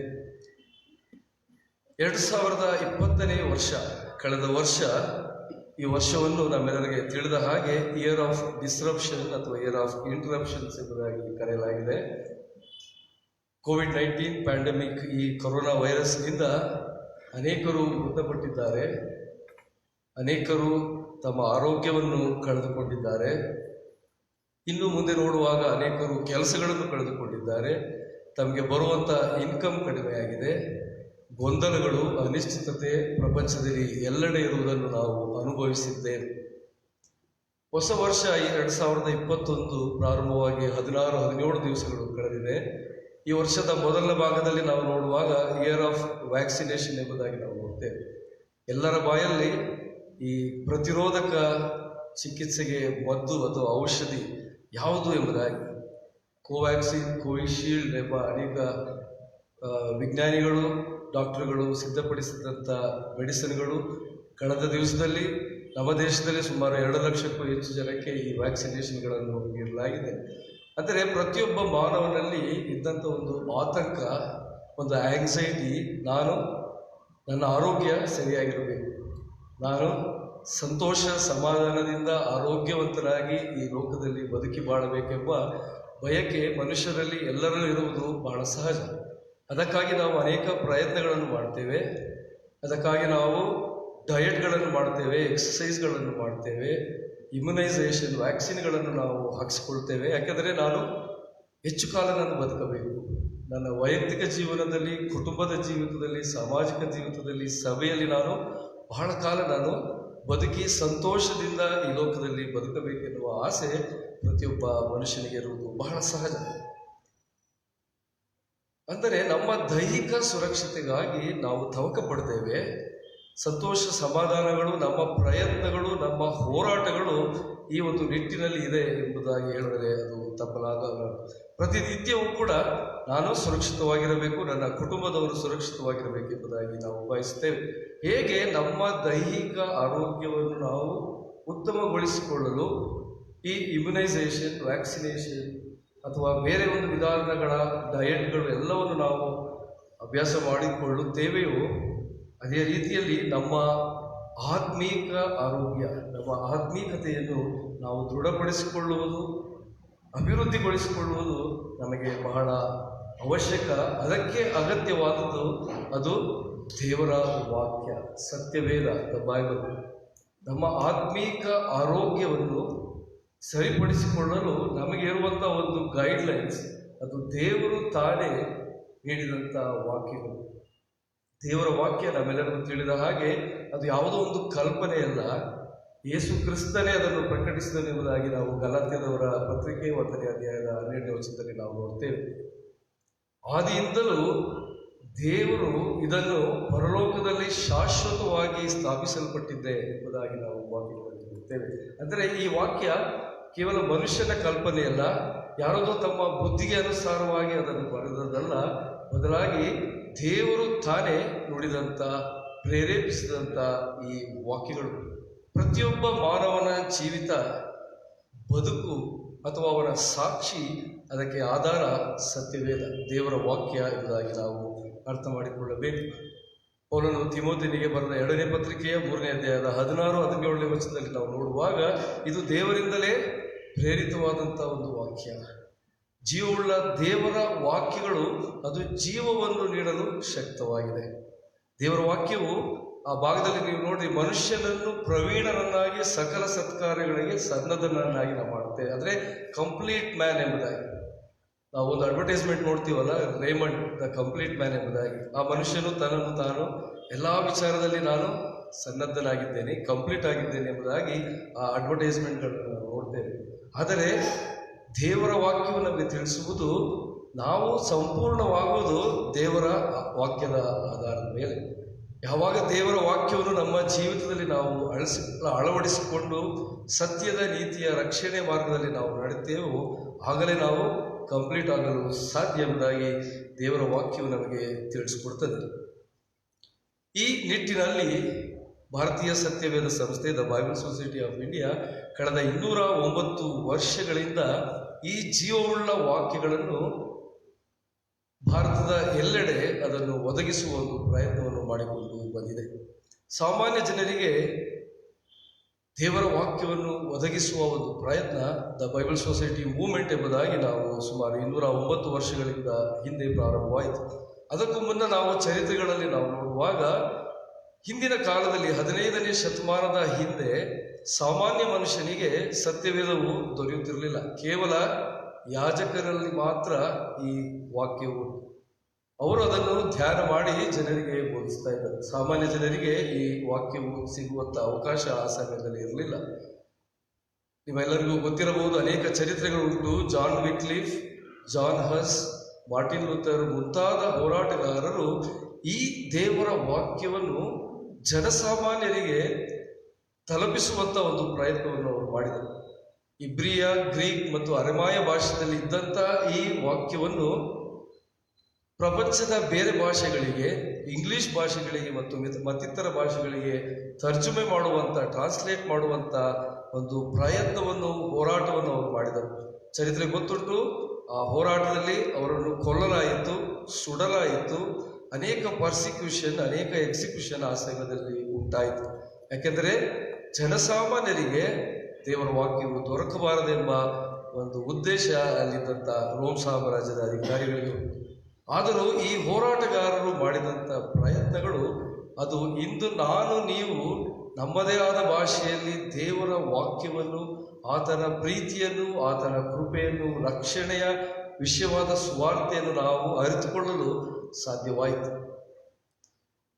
ಒಂದು ವಿಚಾರದಲ್ಲಿ ನಾವು ನೋಡುವಾಗ ಅಡೋನೈ ರೋಯ್ ಎಲ್-ಇಕ್ಸಾರ್ ಎಂಬುದಾಗಿ ನಾನು ಹೇಳಿದರೆ ನಮಗೆ ಅರ್ಥವಾಗುವುದಿಲ್ಲ ಅಲ್ಲ, ಇಬ್ರಿಯ ಭಾಷೆಯಲ್ಲಿ. ಅದೇ ನಾನು ಯೆಹೋವನು ನನಗೆ ಕುರುಬನು, ಕೊರತೆ ಪಡೆದು ಎಂಬುದಾಗಿ ನಮ್ಮದೇ ಕನ್ನಡ ಭಾಷೆಯಲ್ಲಿ ನಾವು ಹೇಳುವಾಗ ನಮಗೆ ಬಹಳ ಅತ್ಯಂತ ಹೆಚ್ಚಿನ ರೀತಿಯಲ್ಲಿ ಅರ್ಥ ಕೊಡುವಂಥ ಒಂದು ಅರ್ಥ ನಮಗೆ ಉಂಟಾಗ್ತದೆ. ಈ ಒಂದು ಪ್ರಯತ್ನ ಬೈಬಲ್ ಸೊಸೈಟಿ ಮೂವ್ಮೆಂಟ್ ಸುಮಾರು 210 ವರ್ಷಗಳಿಂದ ಪ್ರಪಂಚದೆಲ್ಲೆಡೆ ಮತ್ತು ಭಾರತ ದೇಶದಲ್ಲಿ ಕೂಡ ನಾವು ನಡೆಸಿಕೊಂಡು ಬಂದಿದೆ. ಅಂದರೆ ಜನಸಾಮಾನ್ಯರು ದೇವರ ಬಗ್ಗೆ, ನಮ್ಮ ದೇವರು ಯಾರು, ಯೇಸು ಕ್ರಿಸ್ತರು ಯಾರು ಎಂಬುದಾಗಿ ತಿಳಿದುಕೊಳ್ಳುವ ಒಂದು ಉದ್ದೇಶ ಈ ವಾಕ್ಯಗಳನ್ನು ಟ್ರಾನ್ಸ್ಲೇಟ್ ಮಾಡೋದು ಅಥವಾ ತರ್ಜುಮೆ ಮಾಡುವ ಒಂದು ಕಾರ್ಯ ನಡೆಯುತ್ತಾ ಬಂದಿದೆ. ನಮ್ಮ ಭಾರತ ದೇಶದಲ್ಲಿ ಸುಮಾರು 73ಕ್ಕೂ ಹೆಚ್ಚು ಭಾಷೆಗಳನ್ನು ಈಗಾಗಲೇ ನಾವು ಟ್ರಾನ್ಸ್ಲೇಟ್ ಮಾಡಿದ್ದೇವೆ. ಇನ್ನು ಸುಮಾರು 300 ಭಾಷೆಗಳನ್ನು ನಾವು ಮಾಡಿದರೆ ಭಾರತದ ಎಲ್ಲ ಜನರಿಗೆ ನಾವು ಈ ವಾಕ್ಯವನ್ನು ತಲುಪಿಸಬಹುದು. ಅದರ ಪ್ರಯತ್ನಗಳು ನಡೀತಾ ಇದೆ. ಕಳೆದ 3 ವರ್ಷಗಳಲ್ಲಿ ಸುಮಾರು 2 ಮಿಲಿಯನ್ ಬೈಬಲ್ಸ್ ಅಂದರೆ ಸತ್ಯವೇದಗಳು, ವರ್ಷಕ್ಕೆ 2 ಮಿಲಿಯನ್ ಸತ್ಯವೇದಗಳನ್ನು ಅಂದರೆ 20 ಲಕ್ಷ ಬೈಬಲ್ಗಳನ್ನು ನಾವು ಮುದ್ರಿಸ್ತಾ ಇದ್ದೇವೆ, ವಿತರಣೆ ಮಾಡ್ತಾ ಇದ್ದೇವೆ, ಜನರಿಗೆ ಸಿಗುವಂಥ ಒಂದು ಪ್ರಯತ್ನವನ್ನು ನಾವು ಮಾಡ್ತಾ ಇದ್ದೇವೆ. ಅದನ್ನು ನಾವು ಸರಿಯಾದ ರೀತಿಯಲ್ಲಿ ಟ್ರಾನ್ಸ್ಲೇಟ್ ಮಾಡೋದಾದರೆ 1 ನಿಮಿಷಕ್ಕೆ 4 ಬೈಬಲ್ಗಳು ಪ್ರಿಂಟ್ ಆಗ್ತಾ ಇದೆ ಮತ್ತು ಜನರಿಗೆ ತಲುಪ್ತಾ ಇದೆ. ಈ ಒಂದು ಸೇವೆಯನ್ನು ದೇವರು ಆಶೀರ್ವದಿಸ್ತಾ ಬಂದಿದ್ದಾನೆ. ವಿಶ್ವದಲ್ಲಿ ನಾವು 4ನೇ ಸ್ಥಾನದಲ್ಲಿ ಭಾರತ ದೇಶವಿದೆ. ನಮ್ಮ ಬೈಬಲ್ ಪ್ರಿಂಟಿಂಗ್ ಮತ್ತು ಡಿಸ್ಟ್ರಿಬ್ಯೂಷನ್ ನಾವು ನೋಡುವಾಗ ವರ್ಲ್ಡಲ್ಲಿ ನಾವು 4ನೇ ಸ್ಥಾನದಲ್ಲಿ ನಾವು ಇದ್ದೇವೆ. ಅಂದರೆ ಅನೇಕ ಪ್ರತಿರೋಧಗಳು, ವಿರೋಧಗಳು, ಪರ್ಸಿಕ್ಯೂಷನ್, ರೆಸಿಸ್ಟೆನ್ಸ್ ಇರುವಂಥ ಸಮಯದಲ್ಲಿಯೂ ಕೂಡ ದೇವರು ಈ ಸೇವೆಯನ್ನು ಉತ್ತಮವಾದ ರೀತಿಯಲ್ಲಿ ಮುಂದುವರಿಸಿಕೊಂಡು ಬಂದಿದ್ದಾನೆ. ಕೋವಿಡ್-19 ಕಳೆದ ವರ್ಷ 2020 ವರ್ಷ ಅನೇಕ ವಿಚಾರಗಳಲ್ಲಿ ನಾವು ನೋಡುವಾಗ ಲಾಕ್ಡೌನ್, ರೆಸ್ಟ್ರಿಕ್ಷನ್ಸ್, ಕರ್ಫ್ಯೂ ಇದು ಮುಂತಾದ ಒಂದು ಅಡಚಣೆಗಳು ಸೇವೆಗೆ ಒದಗಿದ್ದು ಸಹಜ. ಆದರೆ ದೇವರು ಆ ಎಲ್ಲ ತೊಂದರೆಗಳ ನಡುವೆ ನಡೆಸಿದ್ದಾನೆ. ಕಳೆದ ವರ್ಷ ಕೇವಲ ಮಾರ್ಚ್ನಿಂದ ನಾವು ಡಿಸೆಂಬರ್ವರೆಗೆ 8 ಲಕ್ಷಕ್ಕೂ ಹೆಚ್ಚು ಬೈಬಲ್ಗಳನ್ನು ನಾವು ಪ್ರಿಂಟ್ ಮಾಡಿ ಜನರಿಗೆ ನೀಡಲು ನಾವು ಶಕ್ತರಾಗಿದ್ದೇವೆ ಎಂಬುದಾಗಿ ಹೇಳಲು ನಾವು ಸಂತೋಷ ಪಡುತ್ತೇವೆ. ಅನೇಕ ಸಭೆಗಳು ಸ್ಥಾಪಿತವಾಗಿದೆ. ಅನೇಕ ಬುಡಕಟ್ಟು ಟ್ರೈಬಲ್ ಜನಗಳಿಗೆ ದೇವರ ವಾಕ್ಯವು ಅದು ತಲುಪ್ತಾ ಇದೆ. ಕಣ್ಣಿಲ್ಲದಿರುವವರಿಗೆ ನಾವು ಬ್ರೈಲ್ ಬೈಬಲ್ಗಳನ್ನು ಸಿದ್ಧ ಮಾಡಿದ್ದೇವೆ ಮತ್ತು ವಯಸ್ಸಾದವರಿಗೆ ಅಕ್ಷರಗಳನ್ನು ಓದಲು ಕಷ್ಟವಾಗುವವರಿಗೆ ಆಡಿಯೋ ಬೈಬಲ್ಗಳನ್ನು ನಾವು ಸಿದ್ಧಪಡಿಸಿದ್ದೇವೆ. ಕಳೆದ ತಿಂಗಳಲ್ಲಿ ನಮ್ಮ ಮಾನ್ಯ ಬಿಷಪ್ಪರು ಅದನ್ನು ರಿಲೀಸ್ ಮಾಡಿದ್ದಾರೆ. ಕನ್ನಡ ಆಡಿಯೋ ಬೈಬಲ್ ಕೂಡ ಈಗ ದೊರೆಯುತ್ತದೆ. ಯಾರಿಗಾದರೂ ನಿಮಗೆ ಅದು ಪ್ರತಿಗಳು ಬೇಕಿದ್ದಲ್ಲಿ ನೀವು ಕರ್ನಾಟಕ ಆಕ್ಸಿಲರಿಯನ್ನು ನೀವು ಸಂಪರ್ಕಿಸಬಹುದು. ಅವರು ನಿಮಗೆ ಅದನ್ನು ಒದಗಿಸುವ ಪ್ರಯತ್ನಗಳನ್ನು ನಾವು ಮಾಡ್ತೇವೆ. ದೇವರ ಪ್ರೀತಿ, ದೇವರ ಕೃಪೆ, ದೇವರ ವಾಗ್ದಾನ, ಭರವಸೆಗಳನ್ನು ಜನರಿಗೆ ತಿಳಿಸುವಂಥ, ಜನರು ಅದನ್ನು ಸುಲಭವಾಗಿ ಅರ್ಥ ಮಾಡಿಕೊಳ್ಳುವಂಥ ಪ್ರಯತ್ನವನ್ನು ಭಾರತೀಯ ಸತ್ಯವೇದ ಸಂಸ್ಥೆ ಬೈಬಲ್ ಸೊಸೈಟಿ ಆಫ್ ಇಂಡಿಯಾ ಮಾಡ್ತಾ ಬಂದಿದೆ. ಇದಕ್ಕೆ ಅನೇಕ ತೊಂದರೆಗಳುಂಟು, ಅನೇಕ ಖರ್ಚುಗಳುಂಟು. ಒಂದು ಬ್ರೈಲ್ ಬೈಬಲ್ ನಾವು ಚಿಕ್ಕದಾದ ಒಂದು ವಾಲ್ಯೂಮ್ನ ನಾವು ಪ್ರಿಂಟ್ ಮಾಡೋದಕ್ಕೆ 25,000 ಬೇಕಾಗ್ತದೆ. ಆದರೆ ನಾವು ಅದನ್ನು ಕೇವಲ ಫ್ರೀಯಾಗಿ ನಾವು ಕಣ್ಣಿಲ್ಲದವರಿಗೆ ನಾವು ಕೊಡುವ ಪ್ರಯತ್ನವನ್ನು ನಾವು ಮಾಡ್ತಾ ಇದ್ದೇವೆ. ಒಂದು ಸಾಮಾನ್ಯವಾದ ಬೈಬಲ್ ನಮ್ಮ ಕೈಲಿರುವ ಒಂದು ಪ್ರತಿಯನ್ನು ಪ್ರಿಂಟ್ ಮಾಡಲು ಸುಮಾರು 400ರಿಂದ 450 ರೂಪಾಯಿಗಳು ಖರ್ಚಾಗ್ತದೆ. ಆದರೆ ನಾವು ಅದನ್ನು ಸಬ್ಸಿಡೈಸ್ ಮಾಡ್ತೇವೆ. ಯಾಕೆಂದರೆ ಪ್ರತಿಯೊಬ್ಬ ಜನರಿಗೆ ತಗಲುವಂಥ ರೀತಿಯಲ್ಲಿ, ದೊರಕುವಂಥ ರೀತಿಯಲ್ಲಿ ಮಾಡುವಂಥ ಒಂದು ಪ್ರಯತ್ನ, ಅದಕ್ಕೆ ನೀವೆಲ್ಲರೂ ಮಾಡುವಂಥ ಒಂದು ಪ್ರೋತ್ಸಾಹ, ಅದು ನಾವು ಅದಕ್ಕೆ ಬಳಸ್ಕೊಳ್ತೇವೆ. ಅನೇಕ ಸಭೆಗಳು ಅದಕ್ಕಾಗಿ ದಾನವಾಗಿ ತಮ್ಮ ದೇಣಿಗೆಯನ್ನು ಕೊಡುತ್ತಾ ಬಂದಿದ್ದಾರೆ. ಆ ಕಾಂಟ್ರಿಬ್ಯೂಷನ್ಸ್ನಾಗ ನಾವು ಉಪಯೋಗ ಮಾಡಿಕೊಂಡು ಈ ಬೈಬಲ್ನ ನಾವು ಸಬ್ಸಿಡೈಸ್ ಮಾಡಿ ಜನರಿಗೆ ಎಟಕುವಂಥ ಒಂದು ದರದಲ್ಲಿ ನಾವು ಕೊಡುವಂಥ ಒಂದು ಪ್ರಯತ್ನ ಮಾಡ್ತಾ ಇದ್ದೇವೆ. ಕರ್ತನಲ್ಲಿ ಪ್ರಿಯವಾದವರೇ, ಈ ಸೇವೆಗಾಗಿ ನೀವು ಪ್ರಾರ್ಥಿಸಿರಿ, ಪ್ರೋತ್ಸಾಹಿಸಿರಿ ಮತ್ತು ನಿಮ್ಮ ಉತ್ತೇಜನ, ನಿಮ್ಮ ಪ್ರೋತ್ಸಾಹಗಳು ಅನೇಕ ಜನರು ದೇವರನ್ನು ಅರಿತುಕೊಳ್ಳುವ, ಯೇಸುವಿನ ಒಂದು ಪ್ರೀತಿಯನ್ನು ಅರಿತುಕೊಳ್ಳುವ ಒಂದು ವಿಚಾರಗಳನ್ನು ನಾವು ಮಾಡುವಾಗ ಅದು ಅವರಿಗೆ ಅನುಕೂಲವಾಗಲು ಸಹಾಯವಾಗ್ತದೆ. ಈ ರೀತಿಯಲ್ಲಿ ಭಾರತೀಯ ಸತ್ಯವೇದ ಸಂಸ್ಥೆಯಲ್ಲಿ ನಿಮ್ಮ ಸಭೆಯ ಅನೇಕರು ಇದರಲ್ಲಿ ಈಗಾಗಲೇ ಬಹಳ ಆಕ್ಟಿವ್ ಆಗಿ ನೀವು ಪಾರ್ಟಿಸಿಪೇಟ್ ಮಾಡ್ತಾ ಇದ್ದೀರ. ಅದಕ್ಕಾಗಿ ನಾನು ನಿಮಗೆ ವಂದನೆಗಳನ್ನು ಸಲ್ಲಿಸ್ತೇನೆ ಮತ್ತು ನಿಮ್ಮ ದಿನನಿತ್ಯದ ಪ್ರಾರ್ಥನೆಯಲ್ಲಿ ಈ ಸೇವೆಗಾಗಿ ಪ್ರಾರ್ಥಿಸಿರಿ ಮತ್ತು ಪ್ರೋತ್ಸಾಹಿಸಿರಿ ಎಂಬುದಾಗಿ ನಾನು ನಿಮ್ಮನ್ನು ಕೇಳಿಕೊಳ್ಳುವನಾಗಿದ್ದೆ. ಈ ದಿನದ ವಾಕ್ಯ ಸಂದೇಶದ ಕಡೆಗೆ ನಾವು ಬರುವಾಗ ಈ ದಿವಸಕ್ಕೆ ನೇಮಕವಾದಂಥ ಭಾಗ word of God inspired to inspire, ಸ್ಫೂರ್ತಿಯನ್ನು ನೀಡಲು, ಉತ್ತೇಜನವನ್ನು ನೀಡಲು ಪ್ರೇರಿತವಾದಂಥದ್ದು ದೇವರ ವಾಕ್ಯ ಎಂಬುದಾಗಿ ನಾವು ನೋಡ್ತೇವೆ. ಎಲಿಯನ ವಿಚಾರವನ್ನು ನಾವು ನೋಡುವಾಗ ಎಲಿಯನಿಗೆ ದೊರೆತಂಥ ಒಂದು ಕರೆ, ಒಂದು ವಾಣಿ, ಎಲಿಯನೇ ನೀನು ಇಲ್ಲಿ ಏನು ಮಾಡುತ್ತೀಯ, ನೀನು ಹೊರಗೆ ಬಂದು ಯೆಹೋವನ ಮುಂದೆ ನಿಲ್ಲು ಎಂಬ ವಾಣಿ ಆತನಿಗೆ ಸಿಗ್ತದೆ. ಎಲಿಯನ ಚರಿತ್ರೆ ನಮಗೆಲ್ಲರೂ ಗೊತ್ತುಂಟು, ನಾನು ಹೆಚ್ಚಾಗಿ ವಿವರಿಸಲು ಹೋಗುವುದಿಲ್ಲ. ಅರಸನಾದ ಆಹಾಬನು ಇಜಬೆಲಳನ್ನು ಮದುವೆಯಾದ ನಂತರ ಇಸ್ರಾಯೇಲರು ಬಾಳನನ್ನು ಆರಾಧಿಸಲು ಪ್ರಾರಂಭ ಮಾಡಿದರು. ಐಗುಪ್ತ ದೇಶದ ದಾಸತ್ವದಿಂದ ಬಿಡಿಸಿ ಹಾಲು ಜೇನು ಹರಿಯುವಂಥ ವಾಗ್ದಾನ ಮಾಡಿದಂಥ ದೇಶಕ್ಕೆ ನಡೆಸಿದ ಯೆಹೋವನನ್ನು ಮರೆತು ಬಾಳನನ್ನು ಆರಾಧಿಸಲು ಅವರು ಪ್ರಾರಂಭಿಸಿದರು. ಬಾಳನಿಗೆ ಯಜ್ಞವೇದಿಗಳನ್ನು ಕಟ್ಟಿಸಿ ಯೆಹೋವ ದೇವರ ಆಜ್ಞೆಯನ್ನು ಅವರು ಉಲ್ಲಂಘಿಸಿದರು ಎಂಬುದಾಗಿ ನಾವು ವಾಕ್ಯದಲ್ಲಿ ನೋಡ್ತೇವೆ. ಈ ಸಮಯದಲ್ಲಿ ಎಲಿಯನು ಸುಮಾರು 450 ಬಾಳನ ಪ್ರವಾದಿಗಳನ್ನು ಕರ್ಮೇಲ್ ಬೆಟ್ಟಕ್ಕೆ ಕರೆಸಿ ನಿಜವಾದ ದೇವರು ಯಾರು, ಸತ್ಯ ದೇವರು ಯಾರು ಎಂಬ ಒಂದು ಪರೀಕ್ಷೆಯನ್ನು ಆತನು ಮಾಡಿದರು. ಇದೆಲ್ಲ ನಮಗೆ ಚಿರಪರಿಚಿತವಾದಂಥ ಒಂದು ಭಾಗ. ಬಾಳನ ಪ್ರವಾದಿಗಳು ಎಷ್ಟೇ ಕೂಗಾಡಿದರೂ ಆ ಬೆಂಕಿ ಬಂದು ಆ ಯಜ್ಞವನ್ನು ದಹಿಸಲು ಸಾಧ್ಯವಾಗಲಿಲ್ಲ. ಆದರೆ ಎಲಿಯನು ಬೇಡಿಕೊಂಡಾಗ ದೇವರು ಕಳಿಸಿದಂಥ ಬೆಂಕಿ ಬಂದು ಆ ಯಜ್ಞವೇದಿಯನ್ನು ದಹಿಸಿತ್ತು ಎಂಬುದಾಗಿ ನಾವು ನೋಡ್ತೇವೆ. ಆ ಸಮಯದಲ್ಲಿ ಎಲಿಯನು ಆ 450 ಬಾಳನ ಪ್ರವಾದಿಗಳನ್ನು ಕೊಲ್ಲಿಸಿದನು. ಇದನ್ನು ಸಹಿಸಲಾಗದಂಥ ಇಜಬೆಲಳು ಈಗ ಒಂದು ಚಾಲೆಂಜ್ ಅನ್ನು ಎಲಿಯನಿಗೆ ಮಾಡ್ತಾ ಇದ್ದಾಳೆ. 24 ಗಂಟೆ ಒಳಗೆ ನಿನ್ನ ಪ್ರಾಣವನ್ನು ನಾನು ತೆಗಿತೇನೆ. ಹೇಗೆ ನೀನು ನನ್ನ ಪ್ರವಾದಿಗಳನ್ನು ನೀನು ಹತ ಮಾಡಿದೆಯೋ, ಇನ್ನು 24 ಗಂಟೆ ಒಳಗೆ ನಾನು ನಿನ್ನ ಪ್ರಾಣವನ್ನು ತೆಗಿತೇನೆ ಎಂಬ ಒಂದು ಚಾಲೆಂಜನ್ನು ಇಜಬೆಲಳು ಮಾಡಿದ್ದಾಳೆ. ಈಗ ಅತ್ಯಂತ ಪ್ರಭಾವಶಾಲಿಯಾದಂಥ ಪ್ರವಾದಿ ಎಲಿಯನು ಕರ್ಮೇಲ್ ಬೆಟ್ಟದಲ್ಲಿ ಆತನು ತೋರಿಸಿದಂಥ ಆ ಪ್ರಭಾವ, ಆ ದೇವರಿಗೆ ಪ್ರಾರ್ಥಿಸಿದಾಗ ಬಂದಂಥ ಆ ಬೆಂಕಿ ದಹಿಸಿದಾಗ ದೇವರು ಅವನೊಂದಿಗೆ ಇದ್ದಾನೆ ಎಂಬುದಾಗಿ ಜನರೆಲ್ಲರೂ ನೋಡಿ ಅವನಿಗೆ ಹೆದರುವರಾಗಿ ಪ್ರಭಾವಶಾಲಿಯಾಗಿ ಇಸ್ರಾಯೇಲರನ್ನು ಮುನ್ನಡೆಸುತ್ತಿದ್ದಂಥ ಎಲಿಯ ಈಗ ಹೆದರಿಕೊಂಡು ಓಡಿ ಹೋಗಿದ್ದಾನೆ. ತನ್ನ ಜೀವವನ್ನು ಉಳಿಸಿಕೊಳ್ಳಲು ಓಡಿ ಹೋಗ್ತಾ ಇದ್ದಾನೆ. ಕರ್ತನಲ್ಲಿ ಪ್ರಿಯವಾದವರೇ, ಅನೇಕ ಜೀವಿತಗಳಲ್ಲಿ ಈ ರೀತಿಯ ಒಂದು ವ್ಯತ್ಯಯಗಳು ನಡೆಯುವುದು ಒಂದು ಸಾಮಾನ್ಯ. ಎಲ್ಲ ವಿಚಾರದಲ್ಲಿ ನಾವು ಹೇಳಿದ್ದೇವೆ, ಎಲ್ಲವನ್ನು ನಾವು ಮಾಡಿದ್ದೇವೆ ಎನ್ನುವ ವಿಚಾರದಲ್ಲಿ ನಾವಿರುವಾಗ ಅನೇಕ ಬಾರಿ ಇಹಲೋಕದಲ್ಲಿ ಬಂದೋದುವಂಥ ಪರಿಸ್ಥಿತಿಗಳು ನಮ್ಮನ್ನು ಕೂಗಿಸ್ತವೆ. ಎಲಿಯನೀಗ ಪ್ರಾಣಭಯದಿಂದ ಓಡಿ ಹೋಗ್ತಾ ಇದ್ದಾನೆ. ಶ್ರೇಷ್ಠ ಪ್ರವಾದಿ ಎಲಿಯ. ಜನರೆಲ್ಲರೂ ಆತನಿಗೆ ಮರ್ಯಾದೆಯನ್ನು, ಗೌರವವನ್ನು, ಭಯಭಕ್ತಿಯಿಂದ ಆತನನ್ನು ಹಿಂಬಾಲಿಸಿದಂಥ ಜನರ ಇದ್ದಂಥ ಎಲಿಯ, ಪ್ರಭಾವಿಯಾಗಿದ್ದಂಥ ಎಲಿಯ ಈಗ ಮನಗುಂದಿದವನಾಗಿ ತನ್ನ ಪ್ರಾಣವನ್ನು ಬಿಡಬೇಕೆಂಬುದಾಗಿ ಆತನು ಅಪೇಕ್ಷಿಸಿದ್ದಾನೆ. ಯೆಹೋವನೇ, ನನಗೆ ಸಾಕಾಯಿತು, ನನ್ನ ಪ್ರಾಣವನ್ನು ತೆಗೆ ಎನ್ನುವಷ್ಟರ ಮಟ್ಟಿಗೆ ಯೆಹೋವನನ್ನು ಆತನು ಬೇಡ್ತಾ ಇದ್ದಾನೆ. ಯಾಕೆಂದರೆ ಪರಿಸ್ಥಿತಿಗಳು ಆತನನ್ನು ಕುಗ್ಗಿಸಿಬಿಟ್ಟಿದೆ. ನಾನು ಉತ್ತಮನಲ್ಲ, ನನಗೆ ಸಾಕಾಯಿತು, ನನ್ನ ಪ್ರಾಣವನ್ನು ತೆಗೆ ಎಂಬುದಾಗಿ ಆತನು ಯೆಹೋವನಲ್ಲಿ ಮೊರೆ ಹೋಗ್ತಾ ಇದ್ದಾನೆ. ಕರ್ತನಲ್ಲಿ ಪ್ರಿಯವಾದವರು, ನಮ್ಮ ಜೀವಿತಗಳಲ್ಲೂ ಬಂದೊದಗುವ ಅನೇಕ ಪರಿಸ್ಥಿತಿಗಳು ನಮ್ಮನ್ನು ಕುಗ್ಗಿಸ್ತವೆ. ನಮ್ಮ ವೈಯಕ್ತಿಕ ಜೀವನದಲ್ಲಿ, ನಮ್ಮ ಕುಟುಂಬಗಳಲ್ಲಿ, ನಮ್ಮ ಹೋರಾಟಗಳಲ್ಲಿ, ಸಭೆ ಸಮಾಜಗಳಲ್ಲಿ ನಾವು ಮಾಡುವಂಥ ಎಲ್ಲ ಪ್ರಯತ್ನಗಳಲ್ಲಿ ಅನೇಕ ಬಾರಿ ಈ ರೀತಿಯ ಪರಿಸ್ಥಿತಿಗಳು ಬಂದೊದಗುವುದುಂಟು. ನಾವು ಸಹಿಸುವಂಥ ಅವಮಾನ, ನಾವು ಸಹಿಸುವಂಥ ಹೋರಾಟದಲ್ಲಿ ನಮಗೆ ಉಂಟಾಗುವಂಥ ಸೋಲುಗಳು, ಅನೇಕ ಜನರು ನಮ್ಮನ್ನು ಅಪಹಾಸ್ಯ ಮಾಡುವಾಗ, ಅನೇಕ ವಿಚಾರಗಳಲ್ಲಿ ನಾವು ಬಿದ್ದು ಹೋಗುವಾಗ ಈ ಜೀವನ ಸಾಕಾಗಿ ಹೋಗಿದೆ, ಇನ್ನು ನನಗೆ ಈ ಜೀವನವೇ ಬೇಡ, ನಾನು ಎಲ್ಲಿಂದಾನಾದರೂ ದೂರ ಹೋಗಬೇಕು ಎನ್ನುವ ಒಂದು ಭಯಕ್ಕೆ ಪ್ರತಿಯೊಬ್ಬ ಮನುಷ್ಯನಿಗೆ ಬರುವುದು ಉಂಟು. ಈ ಎಲ್ಲ ಅವಮಾನಗಳನ್ನು, ದ್ವೇಷಗಳನ್ನು ಸಹಿಸಿಕೊಳ್ಳಲಾಗದಂಥವ್ರು ಏನು ಮಾಡ್ತಾರೆ, ದೇ ವಿಲ್ ಮೂವ್ ಅವೇ ಎಂಬುದಾಗಿ ನಾವು ಅನಿಸಿಕೊಳ್ತೇವೆ. ಆದರೆ ಕುಗ್ಗಿ ಹೋದಂಥ ಪರಿಸ್ಥಿತಿಯಲ್ಲಿದ್ದಂಥ ಎಲಿಯನಿಗೆ ಈಗ ದೇವರು ಉತ್ತೇಜನವನ್ನು, ಸ್ಫೂರ್ತಿಯನ್ನು ಆತನು ನೀಡ್ತಾ ಇದ್ದಾನೆ.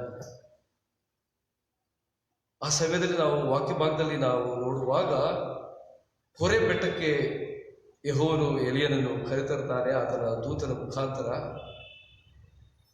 ಆ ಹೋರೇಬ್ ಬೆಟ್ಟದ ಒಂದು ಗಿಡದ ಬಳಿಯಲ್ಲಿ ಆತನು ಜಾಲಿ ಮರದ ಗಿಡದ ಕೆಳಗಡೆ ಕುರಿತು ತನ್ನ ಮರಣವನ್ನು ಅಪೇಕ್ಷಿಸಿದನು ಎಂಬುದಾಗಿ ನಾವು ವಾಕ್ಯ ಭಾಗದಲ್ಲಿ ನಾವು ನೋಡುತ್ತೇವೆ. ಏಕಾಂತವಾಗಿ ದೇವರ ಬಳಿಗೆ ಬಂದಿದ್ದಾನೆ. ಸುತ್ತಮುತ್ತಲಿನ ಎಲ್ಲ ಗೊಂದಲಗಳು, ಎಲ್ಲ ಪರಿಸ್ಥಿತಿಗಳಿಂದ ದೂರವಾಗಿ ಈಗ ಯೆಹೋವನ ಸನ್ನಿಧಾನದಲ್ಲಿ, ಯೆಹೋವನ ಬಳಿಗೆ ಏಕಾಂತವಾಗಿ ಎಲಿಯನು ಬಂದಿದ್ದಾನೆ. ದೇವರು ಕೂಡ ನಮ್ಮೊಂದಿಗೆ ಮಾತನಾಡುವಾಗ ಎಲ್ಲ ಗೊಂದಲಗಳಿಂದ ನಾವು ದೂರ ಹೋಗಿ, ಎಲ್ಲ ಗಲಿಬಳಿಗಳಿಂದ ನಾವು ದೂರ ಹೋಗಿ ಆತನ ಬಳಿಗೆ ಏಕಾಂತವಾಗಿ ನಾವು ಬರುವಾಗ ದೇವರು ನಮ್ಮ ಕೂಡ ಮಾತನಾಡಲು ಬಯಸುತ್ತಾನೆ. ಆದರೆ ಕರ್ತನಲ್ಲಿ ಪ್ರಿಯವಾದವರೇ, ನಾವು ಆತನ ಧ್ವನಿಯನ್ನು ಆಲಿಸುತ್ತಿದ್ದೇವೆ. ಪ್ರತಿಯೊಂದು ದಿವಸಗಳಲ್ಲಿ ನಾವು ದೇವರ ವಾಕ್ಯವನ್ನು ಓದುವಾಗ, ಪ್ರಾರ್ಥನೆ ಮಾಡುವಾಗ, ಆರಾಧನೆಗಳಲ್ಲಿ ಆತನನ್ನು ಸ್ತುತಿಸುವಾಗ, ಹಾಡುಗಳ ಮುಖಾಂತರ, ವಾಕ್ಯಗಳ ಮುಖಾಂತರ ದೇವರು ನಮ್ಮ ಕೂಡ ಮಾತನಾಡುವವರಾಗಿದ್ದಾನೆ. ಆದರೆ ಪ್ರಪಂಚದ ಪರಿಸ್ಥಿತಿಗಳು ನಮ್ಮನ್ನು ದೂರ ಮಾಡ್ತವೆ. ದೇವರು ಏನನ್ನು ನಮಗೆ ಹೇಳಲು ಬಯಸುತ್ತಾರೋ ಅದನ್ನು ಕೇಳಿಸಿಕೊಳ್ಳುವ ಒಂದು ಪ್ರಯತ್ನವನ್ನು ನಾವು ಮಾಡುವುದಿಲ್ಲ. ಆದರೆ ದೇವರು ಪ್ರತಿಯೊಬ್ಬ ಮಾನವನು ಕೂಡ ಮಾತನಾಡಲು ಬಯಸುತ್ತಾನೆ. ತನ್ನ ವಾಕ್ಯದ ಮುಖಾಂತರ ಆತನು ಮಾತನಾಡಲು ಬಯಸುತ್ತಾನೆ. ಈಗ ಹೋರೇಬ್ ಬೆಟ್ಟಕ್ಕೆ ಎಲಿಯನು ಬಂದಿದ್ದಾನೆ. ಕರ್ತನಲ್ಲಿ ಪ್ರಿಯವಾದರೆ ನಮ್ಮ ನಿಮ್ಮ ಜೀವಿತದಲ್ಲಿ ಆ ಹೋರೇಬ್ ಬೆಟ್ಟ ಯಾವುದು? ನಾವು ದೇವರೊಂದಿಗೆ ಏಕಾಂತವಾಗಿ ಪ್ರಶಾಂತವಾಗಿ ಕಳೆಯುವ ಸ್ಥಳ ಯಾವುದು? ಯಾವ ಸ್ಥಳವನ್ನು ನಮ್ಮ ಮನೆಗಳಲ್ಲಿ, ನಮ್ಮ ಸಭೆಗಳಲ್ಲಿ, ನಮ್ಮ ಸಮಾಜದಲ್ಲಿ ನಾವು ನಿಗದಿ ಮಾಡಿಕೊಂಡಿದ್ದೇವೆ? ನನ್ನ ಜೀವಿತ ಬಿದ್ದು ಹೋಗಿದೆ, ನನ್ನ ಪರಿಸ್ಥಿತಿಗಳಿಂದ ನಾನು ಕುಗ್ಗಿ ಹೋಗಿದ್ದೇನೆ ಎಂಬುದಾಗಿ ನಮಗೆ ಅರಿವು ಉಂಟಾದಾಗ ಯಾವ ಸ್ಥಳಕ್ಕೆ ನಾವು ಹೋಗ್ತೇವೆ? ಯಾವುದನ್ನು ನಾವು ಕೇಳಿಸಿಕೊಳ್ಳಲು ಬಯಸುತ್ತೇವೆ? ನಮ್ಮನ್ನು ನಾವು ಪರೀಕ್ಷಿಸಿಕೊಳ್ಳುವುದು ಬಹಳ ಪ್ರಾಮುಖ್ಯ. ನಿಮ್ಮ ಮನೆಯಲ್ಲಿ ಯಾವುದಾದರೂ ಒಂದು ನಿರ್ದಿಷ್ಟವಾದ ಜಾಗದಲ್ಲಿ ಕುಳಿತು ನಾವು ದೇವರ ವಾಕ್ಯವನ್ನು ಕೇಳಿಸಿಕೊಳ್ಳಲು ಬಯಸುತ್ತೇವೆಯೋ, ಅಥವಾ ದೇವರ ಆಲಯಕ್ಕೆ ಬಂದು ದೇವರ ಸನ್ನಿಧಾನದಲ್ಲಿ ಕುಳಿತು ಆತನು ನೀಡುವಂಥ ಮಾತುಗಳನ್ನು ಕೇಳಿಸಿಕೊಳ್ಳಲು ನಾವು ಬಯಸುತ್ತೇವೆ? ಪ್ರತಿಯೊಬ್ಬ ಮಾನವನಿಗೆ ತನ್ನ ಚಿತ್ತಕ್ಕೆ ಅನುಸಾರವಾಗಿ ತನ್ನ ಜೀವವುಳ್ಳ ವಾಕ್ಯಗಳ ಮುಖಾಂತರ ದೇವರು ಮಾತನಾಡುತ್ತಾರೆ. ನಿರಂತರವೂ ನಾವು ಆ ವಿಚಾರಗಳನ್ನು ಗಮನದಲ್ಲಿಟ್ಟುಕೊಂಡು ಆತನ ವಾಕ್ಯವನ್ನು ಕೇಳಿಸಿಕೊಳ್ಳಲು ನಾವು ತವಕ ಪಡುವುದು ಬಹಳ ಅಗತ್ಯವಾಗಿದೆ. ಯೆಹೋವನ ಮುಂದೆ ನಿಂತಂಥ ಎಲಿಯನಿಗೆ ಈಗ ಉಂಟಾದಂಥ ಅನುಭವಗಳನ್ನು ನಾವು ಮುಂದಿನ ಭಾಗದಲ್ಲಿ ನೋಡ್ತೇವೆ. 1 ವರ್ಷಗಳ 19ನೇ ಅಧ್ಯಾಯದ ಮುಂದಿನ ಭಾಗಗಳಲ್ಲಿ ನೋಡುವಾಗ ಪರ್ವತಗಳನ್ನು ಭೇದಿಸಿ ಬಂಡೆಗಳನ್ನು ಪುಡಿ ಮಾಡುವಂಥ ದೊಡ್ಡ ಬಿರುಗಾಳಿ ಬಂತು. ಎಲಿಯನು ಅದರಲ್ಲಿ ನೋಡ್ತಾರೆ, ಯೆಹೋವನು ಅದರಲ್ಲಿ ಇಲ್ಲ. ಭೂಕಂಪ ಉಂಟಾಯಿತು, ಯೆಹೋವನು ಅದರಲ್ಲಿ ಕೂಡ ಇರಲಿಲ್ಲ. ಸಿಡಿಲು ಉಂಟಾಯಿತು, ಅದರಲ್ಲೂ ಕೂಡ ಯೆಹೋವನು ಇರಲಿಲ್ಲ. ಪ್ರಾಯಶಃ ಎಲಿಯನು ಈ ಸೃಷ್ಟಿಯ ಅದ್ಭುತಗಳಲ್ಲಿ ಯೆಹೋವನನ್ನು ಹುಡುಕುವ ಪ್ರಯತ್ನ ಮಾಡುತ್ತಾ ಇದ್ದಾನೋ. ಕರ್ತನಲ್ಲಿ ಪ್ರಿಯವಾದವರು, ಅನೇಕ ಬಾರಿ ನಾವು ದೇವರನ್ನು ಹುಡುಕುತ್ತೇವೆ. ಎಲ್ಲಿದ್ದಾನೆ ದೇವರು? ಅದ್ಭುತಗಳಲ್ಲಿ ಇದ್ದಾನೆ. ನಮಗೆ ನಮ್ಮ ಜೀವಿತದಲ್ಲಿ ಯಾವುದಾದ್ರೂ ಅದ್ಭುತಗಳು, ನಾವು ಬೇಡಿಕೊಂಡಂಥ ವಿಚಾರಗಳು ಸಿಗುವಾಗ ದೇವರನ್ನು ನಾವು ಅಲ್ಲಿ ನಾವು ಹುಡುಕ್ತೇವೆ. ದೇವರು ಎಲ್ಲಿದ್ದಾನೆ? ನಮ್ಮ ಈ ಒಂದು ಪರಾಕ್ರಮಗಳು, ಸೃಷ್ಟಿಯ ಒಂದು ಅದ್ಭುತಗಳಲ್ಲಿ ನಾವು ದೇವರನ್ನು ಹುಡುಕುತ್ತಾನೆ. ಆದರೆ ದೇವರು ಸರ್ವಶಕ್ತನು. ತನ್ನ ಪ್ರಭಾವಗಳಿಂದ, ಪರಾಕ್ರಮಗಳಿಂದ ಅಥವಾ ಮಿರಾಕಲ್ಗಳಿಂದ ನಮ್ಮನ್ನು ಪರಿಹಾರ ಮಾಡುತ್ತಾನೆ ಎಂಬ ಒಂದು ಅಪೇಕ್ಷೆ ಪ್ರತಿಯೊಬ್ಬ ಮಾನವರಲ್ಲಿ ಉಂಟು. ಎಲಿಯನು ಕೂಡ ಈಗ ಈ ಮಿರಾಕಲ್ಗಳಲ್ಲಿ ಆತನು ಯೆಹೋವನನ್ನು ಹುಡುಕ್ತಾ ಇದ್ದಾನೆ. ಯೇಸು ಮಾಡಿದಂಥ ಅದ್ಭುತ ಕಾರ್ಯಗಳನ್ನು ನಾವು ನೋಡುವಾಗ ಜನರನ್ನು ಆತನ ಬಳಿಗೆ ಆತನ ಅದ್ಭುತ ಕಾರ್ಯಗಳು ನಡೆಸಿಕೊಟ್ಟು ಯೇಸುವಿನ ಬಳಿ ಜನರು ಬರಲು ಸಹಾಯವಾಯಿತು. ಆದರೆ ರಕ್ಷಣೆ ಸಿಗಲಿಲ್ಲ. ಯೇಸು ಮಾಡಿದಂಥ ಅದ್ಭುತ ಕಾರ್ಯಗಳನ್ನು ನೋಡಿ ಅನೇಕ ಜನರು ಆತನ ಬಳಿಗೆ ಬಂದರು. ಆದರೆ ರಕ್ಷಣೆ ಸಿಕ್ಕಿದ್ದು ಯಾರಿಗೆ? ರಕ್ಷಣೆಗೆ ಕೇವಲ ಒಂದೇ ಒಂದು ಸಾಮಾನ್ಯವಾದಂಥ ಸಂದೇಶ, ಅದು ನಂಬಿಕೆ. ದೇವರ ಕರೆಗೆ ಹೋಗು, ದೇವರು ಮಾತನಾಡುವುದನ್ನು ನೀನು ಕೇಳಿಸಿಕೋ ಎಂಬುದಾಗಿ ದೇವರ ವಾಕ್ಯ ನಮ್ಮನ್ನು ಎಚ್ಚರಿಸುತ್ತದೆ.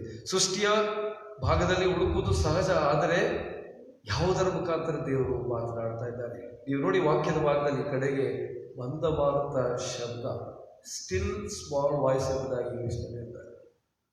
ಎಲ್ಲ ಪರಾಕ್ರಮಗಳಲ್ಲಿ ಯೆಹೋವನನ್ನು ಹುಡುಕುವಾಗ ಸಿಗುವುದಿಲ್ಲ, ಆದರೆ ಸಮಾಧಾನದ ಒಂದು ಸೌಮ್ಯವಾದ ದನಿಯಲ್ಲಿ ದೇವರು ಎಲಿಯನೊಂದಿಗೆ ಮಾತನಾಡುತ್ತಾನೆ. ಎಲಿಯನೇ, ನೀನು ಏನು ಮಾಡುತ್ತೀಯ? ನಿನ್ನ ಉದ್ದೇಶ ಏನು? ನಾನು ನಿನ್ನನ್ನು ಈ ಲೋಕದಲ್ಲಿ ಕಳಿಸಿದ್ದು ಯಾಕೆ? ನೀನು ಈಗ ಓಡಿ ಬಂದಿದ್ದೀಯ.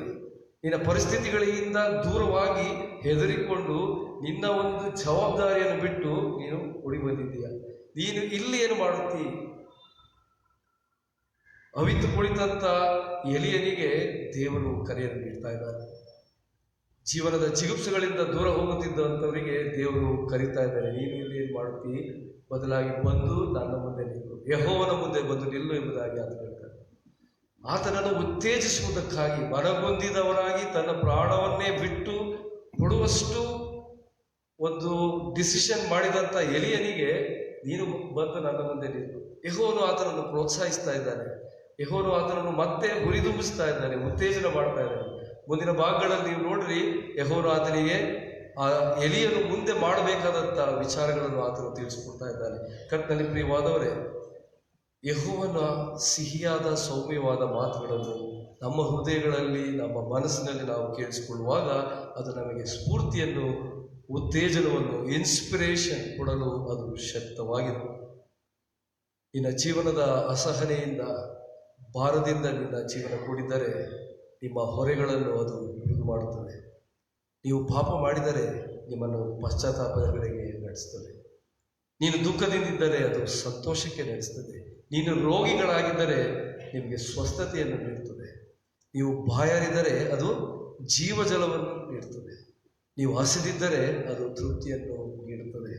ಮತ್ತು ನೀವು ಕುಗ್ಗಿ ಹೋಗಿದ್ದರೆ ಅದು ಸ್ಫೂರ್ತಿ ನೀಡುತ್ತದೆ. ಯಾಕೆಂದರೆ ದೇವರ ವಾಕ್ಯವು ಅದು ಸ್ಫೂರ್ತಿ ನೀಡಲು ಅದು ಪ್ರೇರಿತವಾದದ್ದು. ಕೇವಲ ಸಾಮಾನ್ಯವಾಗಿ ನುಡಿದಂಥ ಮಾತುಗಳಲ್ಲ, ಬದಲಾಗಿ ಮನುಷ್ಯನನ್ನು ಪರಿವರ್ತನೆ ಮಾಡುವಂಥ, ಮನುಷ್ಯನ ಎಲ್ಲ ಕಷ್ಟಗಳಿಂದ ಬಿಡುಗಡೆ ಮಾಡುವಂಥ, ರಕ್ಷಣೆ ನೀಡುವಂಥ ವಾಕ್ಯವಾಗಿದೆ. ಯೆಶಾಯನ ಗ್ರಂಥದ 55ನೇ ಅಧ್ಯಾಯದ 10 ಮತ್ತು 11 ವಚನಗಳನ್ನು ನೀವು ನೋಡ್ರಿ. ದೇವರ ಮಾತು ಅದು ಎಂದಿಗೂ ವ್ಯರ್ಥವಾಗಿ ಹಿಂತಿರುಗುವುದಿಲ್ಲ. ಬಹಳ ಪ್ರಾಮುಖ್ಯವಾಗಿ ನಾವು ಅರ್ಥ ಮಾಡಿಕೊಳ್ಳಬೇಕಾದಂಥ ವಿಚಾರ. ಎಲೀಷನ ಒಂದು ವಿಚಾರಗಳನ್ನು ನಾವು ನೋಡುವಾಗ 2ನೇ ಅರಸುಗಳ 3ನೇ ಅಧ್ಯಾಯದ 17ನೇ ವಚನದಲ್ಲಿ, ಗಾಳಿ ಮಳೆಗಳು ಕಾಣದಿದ್ದರೂ ಹಳ್ಳಗಳು ನೀರಿನಿಂದ ತುಂಬಿದವು ಎಂಬುದಾಗಿ ಎಲೀಷನಿಗೆ ದೇವರ ವಾಣಿ ಉಂಟಾಯಿತು. ಜನರು ನಂಬಲಿಲ್ಲ. ಈ ಮರುಭೂಮಿಯಲ್ಲಿ, ಮರಳುಕಾಡಿನಲ್ಲಿ ಎಲ್ಲಿ ನೀರು ಬರ್ತದೆ? ಅದು ನೆರವೇರಿತು. ಮತ್ತೆ ಇಂದು ಮುಂದೆ ನೋಡುವಾಗ, ನಾಳೆ ಇಷ್ಟು ಹೊತ್ತಿಗೆ ನಿಮ್ಮ ಪಟ್ಟಣದಲ್ಲಿ ಗೋಧಿ ಹಿಟ್ಟು, ಜವೆಗೋಧಿಯು ಕಡಿಮೆ ಬೆಲೆಗೆ ಮಾರಲ್ಪಡುವುದು ಎಂಬುದಾಗಿ ದೇವರು ಎಲೀಷನ ಮುಖಾಂತರ ನುಡಿತಾರೆ. ಆದರೆ ಜನರು ನಂಬಲಿಲ್ಲ. ಹೇಗೆ ಸಾಧ್ಯ ಇವೆಲ್ಲ? ಆದರೆ ನೀವು ನೋಡುವಾಗ ಅದು ನೆರವೇರಿತು. ಬರುವ ವರ್ಷದಲ್ಲಿ ನೀನು ಒಬ್ಬ ಮಗನನ್ನು ಹಡೆಯುವುದಾಗಿ ಸಾರಳಿಗೆ ದೇವರು ನುಡಿದರು. ಸಾರಳು ಅವಳೇ ನಕ್ಕಳು. ಹೇಗೆ ಸಾಧ್ಯ? ನನಗೆ ವಯಸ್ಸಾಗಿದೆ, ನನ್ನ ಗಂಡನು ಕೂಡ ವಯಸ್ಸಾಗಿದ್ದಾನೆ ಎಂಬುದಾಗಿ ಆಕೆ ನೋಡುವಾಗ ಮುಂದಿನ ವರ್ಷದಲ್ಲಿ ಆಕೆ ಮಗು ಉಂಟಾಯಿತು. ಬಚ್ಚೆಯಾದ ಸಾರಳು ಕೂಡ ಮಗಳನ್ನು ಎತ್ತಳು. 300 ಜನರು 1,35,000 ಸೈನಿಕರನ್ನು ಸೋಲಿಸುವರೆಂಬುದಾಗಿ ದೇವರ ವಾಕ್ಯವು ನುಡಿತು. ನಮಗೆ ಅನಿಸ್ಬೋದಲ್ಲ, ಕೇವಲ 300 ಜನರು ಹೇಗೆ 1.5 ಲಕ್ಷ ಜನರನ್ನು ಸೋಲಿಸಬಹುದು? ಆದರೆ ಅದು ನೆರವೇರಿತು. ಹೀಗೆ ನಾವು ನೋಡುವಾಗ ಮರಿಯಳ ವಿಚಾರದಲ್ಲಿ ನಾವು ನೋಡ್ತೇವೆ. ಮರಿಯಳು ಶಿ ವಾಸ್ ಎ ವರ್ಜಿನ್, ಅಂದರೆ ಕನ್ಯೆಯಾಗಿದ್ದಳು. ಇನ್ನಲ್ಲಿ ಒಬ್ಬ ಮಗನು ಹುಟ್ಟುವುದು. ಜಕರನಿಗೆ ನುಡಿದರು, ನಿನಗೆ ಒಬ್ಬ ಮಗನು ಹುಟ್ಟುವುದು. ಮರಿಯಳು ತನ್ನ ಒಂದು ಸೌಮ್ಯ ಭಾವದಿಂದ, ವಿಧೇಯತೆಯಿಂದ ಆಕೆ ಅದನ್ನು, ದೇವರ ಮಾತನ್ನು ಆಕೆ ಅಂಗೀಕರಿಸಿದಳು. ಆದರೆ ಜಕರಿಯನು ಡೌಟ್ ಪಟ್ಟಲ್ಲ. 1 ವರ್ಷ ಮಗು ಹುಟ್ಟುವ ತನಕ ಅದನ್ನು ಮಾತನಾಡಲಾಗಲಿಲ್ಲ. ಕರ್ತನಲ್ಲಿ ಪ್ರಿಯವಾದವರೇ, ಜಕರಿಯನು ಯಾಜಕನಾಗಿದ್ದ, ದೇವರಲ್ಲಿ ನೀತಿವಂತನಾಗಿದ್ದ, ಆದರೆ ನಂಬಲಿಲ್ಲ. ಆದರೆ ಮರಿಯಳು ಸಾಮಾನ್ಯವಾದಂಥ ಒಂದು ಸ್ತ್ರೀ, ಕನ್ಯೆಯಾದಂಥ ಸ್ತ್ರೀ, ಆಕೆ ದೇವರಲ್ಲಿ ಭರವಸೆಯಿಟ್ಟು ದೇವರನ್ನು ಸ್ತೋತ್ರ ಮಾಡಿದಳು ಎಂಬುದಾಗಿ ನಾವು ನೋಡ್ತೇವೆ.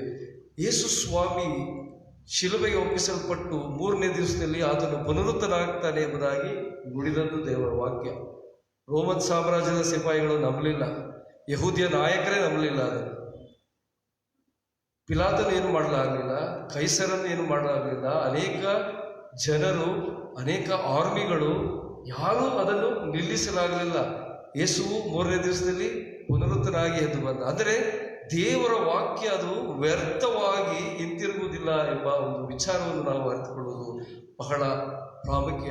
ತನ್ನ ಇಷ್ಟಾರ್ಥವನ್ನು ನೆರವೇರಿಸಿದ ಹೊರತು ಅದು ಸುಮ್ಮನೆ ಹಿಂತಿರುಗುವುದಿಲ್ಲ. ಕರ್ತನಲ್ಲಿ ಪ್ರಿಯವಾದವರು, ನಮ್ಮ ಜೀವಿತಗಳಲ್ಲಿ ಕೂಡ ನಾವು ಇದನ್ನು ಅರ್ಥ ಮಾಡಿಕೊಳ್ಳುವುದು ಬಹಳ ಪ್ರಾಮುಖ್ಯ.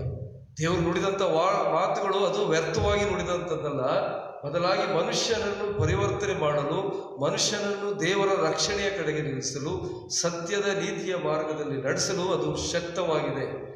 ಅದು ಸುಮ್ಮನೆ ನುಡಿದಿರುವುದಂತಿಲ್ಲ, ವ್ಯರ್ಥವಾಗಿ ಅದು ಹಿಂತಿರುಗುವುದಿಲ್ಲ ಎಂಬುದಾಗಿ ನಾವು ಅರ್ಥ ಮಾಡಿಕೊಳ್ಳುವುದು ಬಹಳ ಪ್ರಾಮುಖ್ಯವಾಗಿದೆ. ಇನ್ನು ನಾವು ಸುವಾರ್ಥ ಭಾಗದಲ್ಲಿ ನಾವು ನೋಡುವಾಗ ಮರಿಯಳಿಗೆ ಸಿಕ್ಕಂಥ ಒಂದು ದೇವರ ಕರೆ, word of God inspired to inspire. ಈಗ word of God inspires us to be blessed. ಧನ್ಯಳಾಗಲು ಮರಿಯಳನ್ನು ಕರೆದು ಸಂತೋಷದಾಯಕವಾದಂಥ ಆಶೀರ್ವಾದದ ಧ್ವನಿಯನ್ನು ಮರಿಯಳು ಕೇಳಿಸಿಕೊಂಡಳು.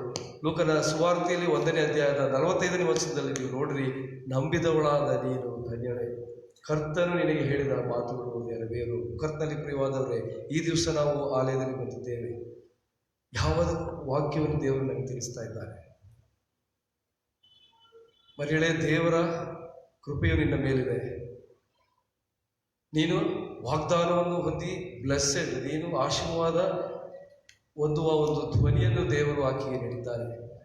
ನಿನ್ನ ಜೀವಿತದಲ್ಲಿ ಯಾವ ವಿಚಾರವನ್ನು ಆತನು ಈ ದಿವಸ ನಮಗೆ ತಿಳಿಸ್ತಾ ಇದ್ದಾನೆ, ನಾವು ಅದನ್ನು ಕೇಳಿಸಿಕೊಳ್ಳುವುದು ಬಹಳ ಪ್ರಾಮುಖ್ಯ. ನಮ್ಮ ಎಲ್ಲ ಗೊಂದಲಗಳಿಂದ, ನಮ್ಮ ಎಲ್ಲ ಪರಿಸ್ಥಿತಿಗಳಿಂದ ದೂರ ಹೋಗಿ ಆ ದೇವರು ನಮಗೆ ಯಾವ ವಿಚಾರಗಳನ್ನು ಹೇಳ್ತಾ ಇದ್ದಾನೋ ಅದನ್ನು ಕೇಳಿಸಿಕೊಳ್ಳುವುದು ಬಹಳ ಪ್ರಾಮುಖ್ಯ.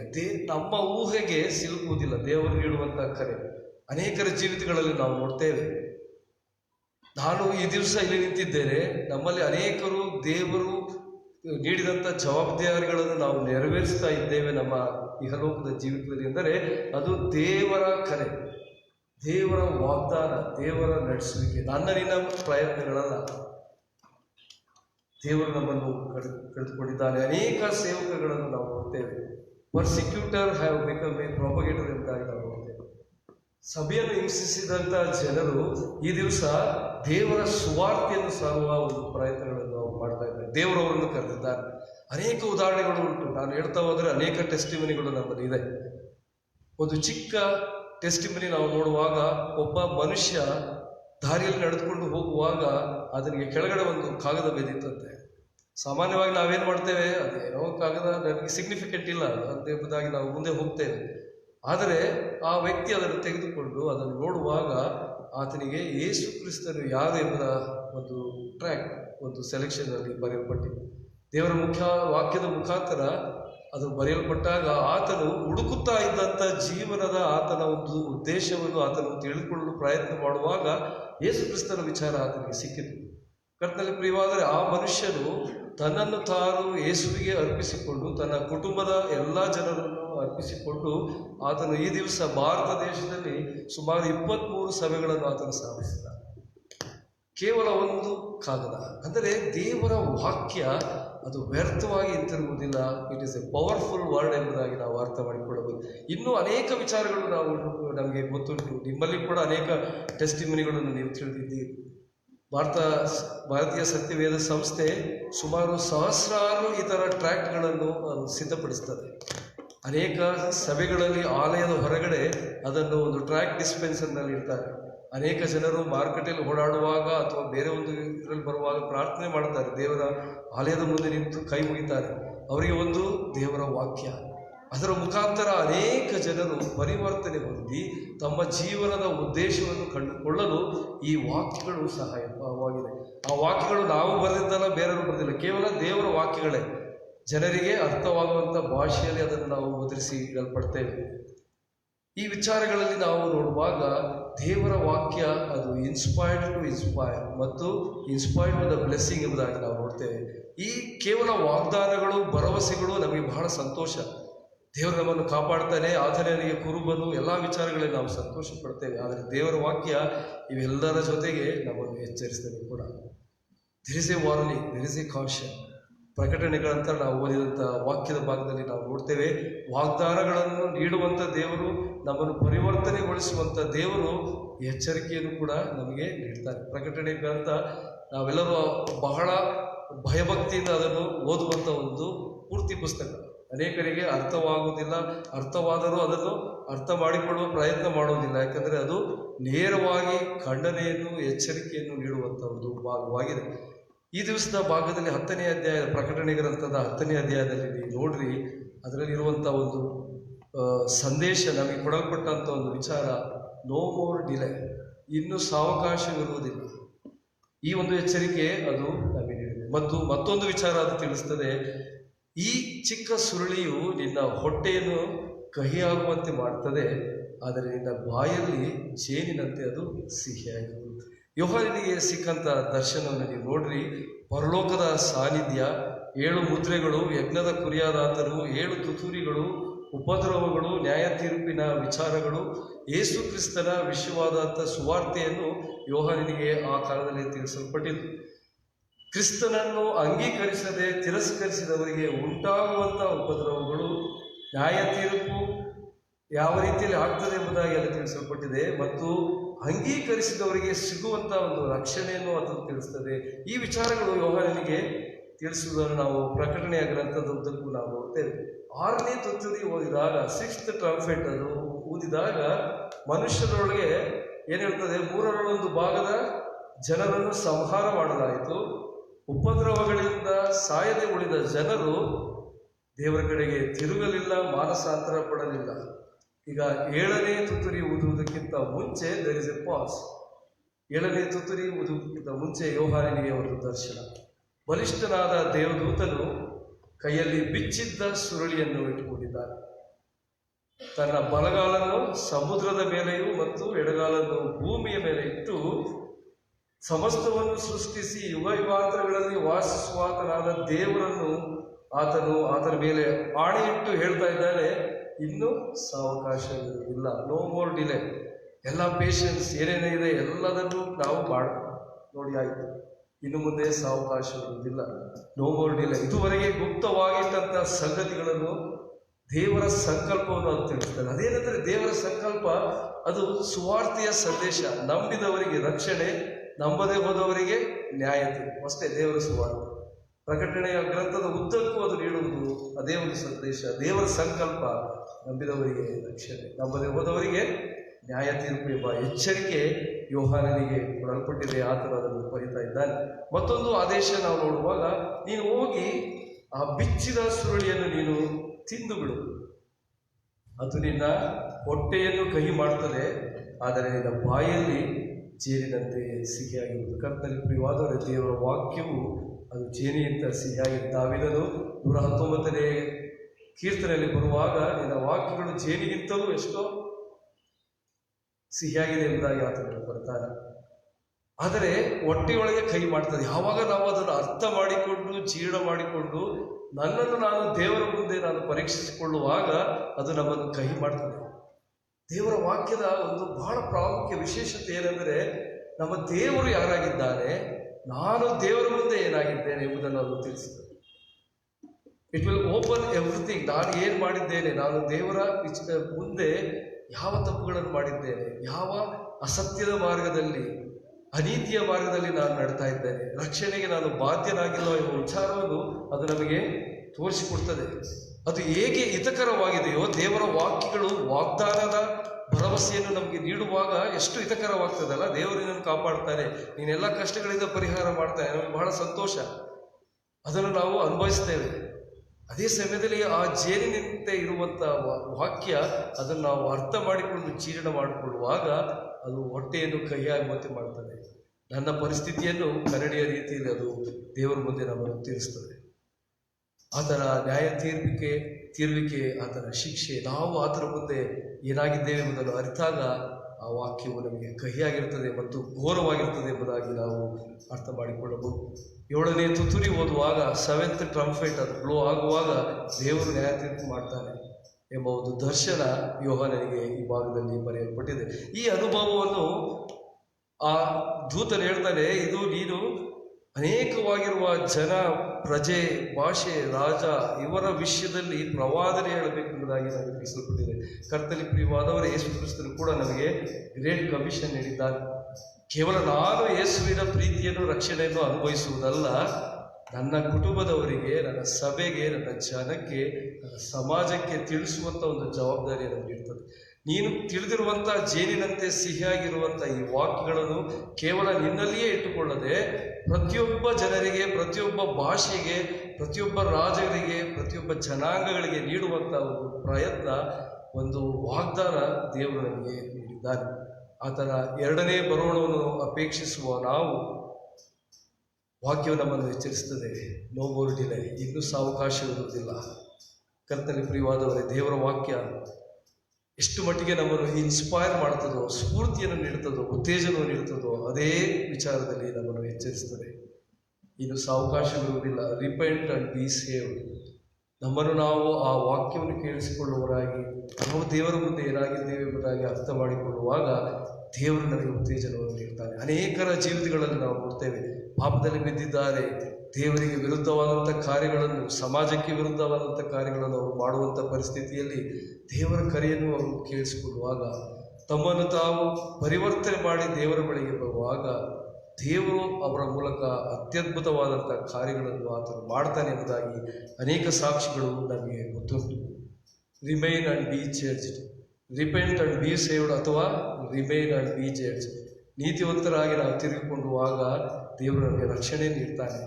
ಇಲ್ಲದೆ ನಾವು ನಮ್ಮದೇ ಆದಂಥ ವಿಚಾರಗಳಲ್ಲಿ ಮುಂದೆ ಹೋಗುವಾಗ ನಮಗೆ ಜಡ್ಜ್ಮೆಂಟ್ ಕೂಡ, ನ್ಯಾಯ ತೀರ್ಪಿಗೆ ಇದೆ ಎಂಬ ವಿಚಾರಗಳನ್ನು ದೇವರು ನಮಗೆ ತಿಳಿಸ್ತಾನೆ.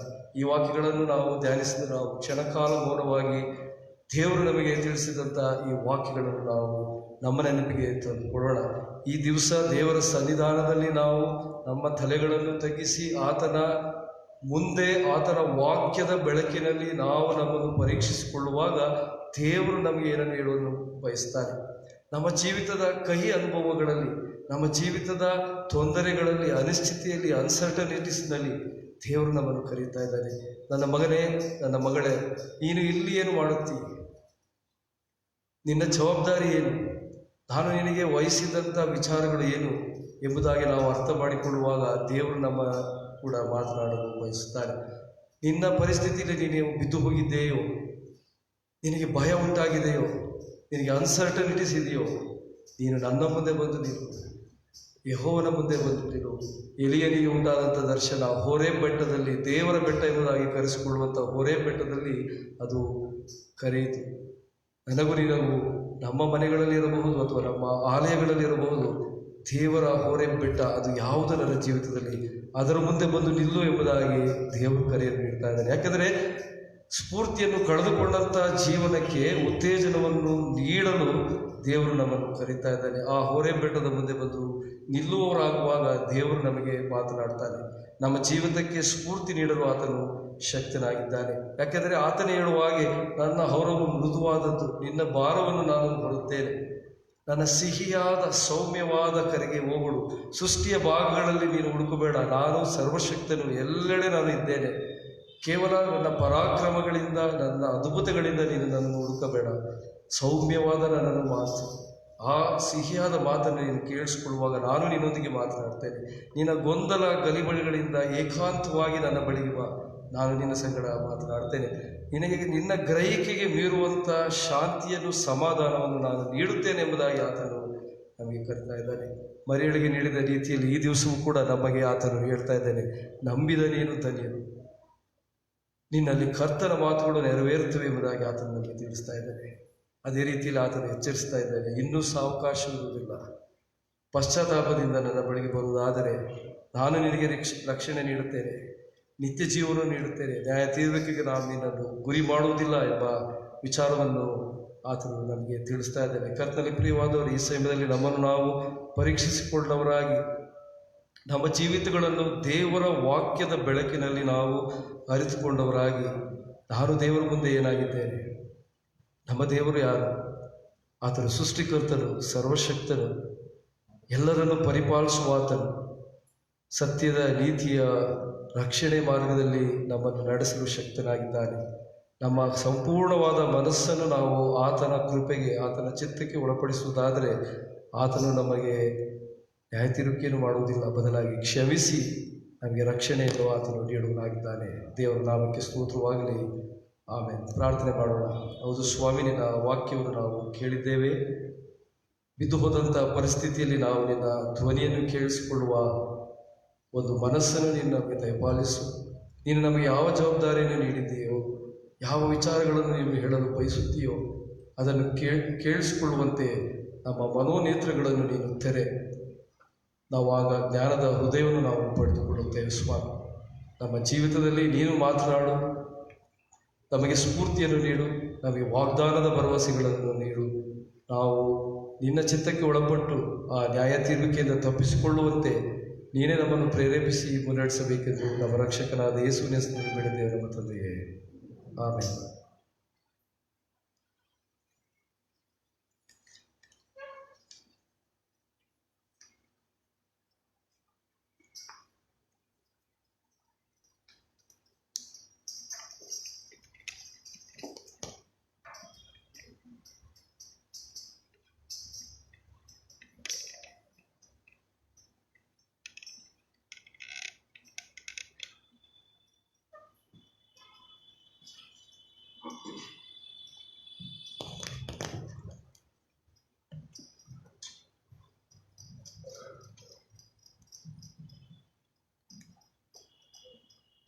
ಈ ವಾರದ ಸಭಾ ಪ್ರಕಟಣೆಗಳು, ಅದಕ್ಕಿಂತ ಮುಂಚಿತವಾಗಿ ಮದುವೆಯ ಪ್ರಕಟಣೆ.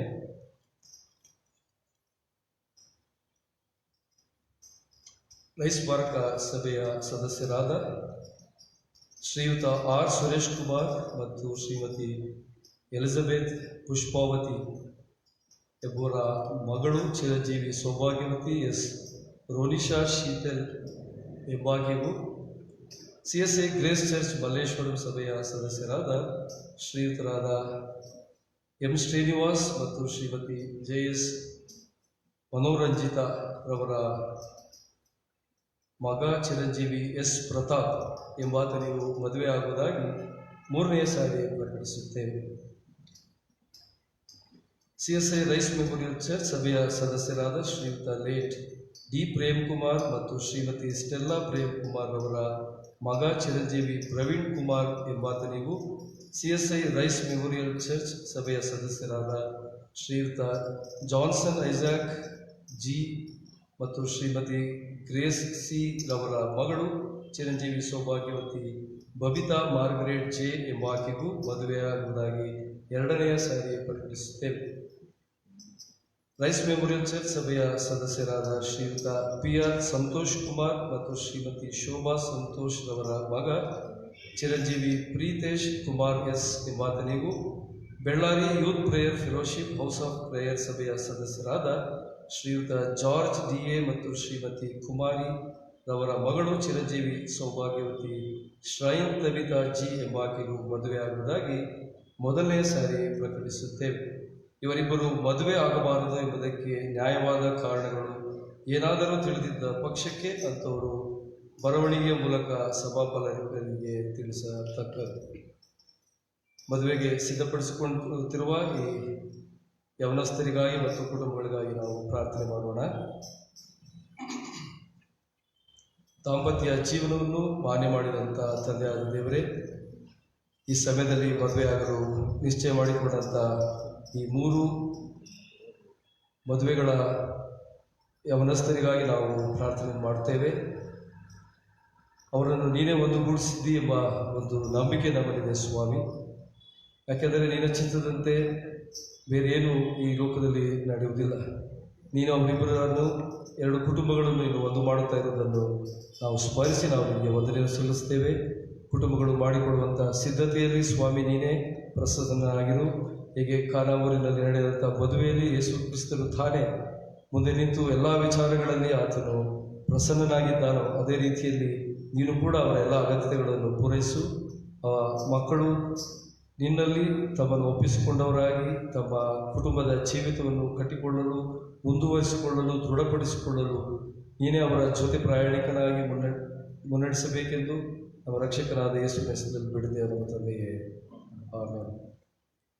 ಈ ವಾರದ ಸಭಾ ಪ್ರಕಟಣೆ.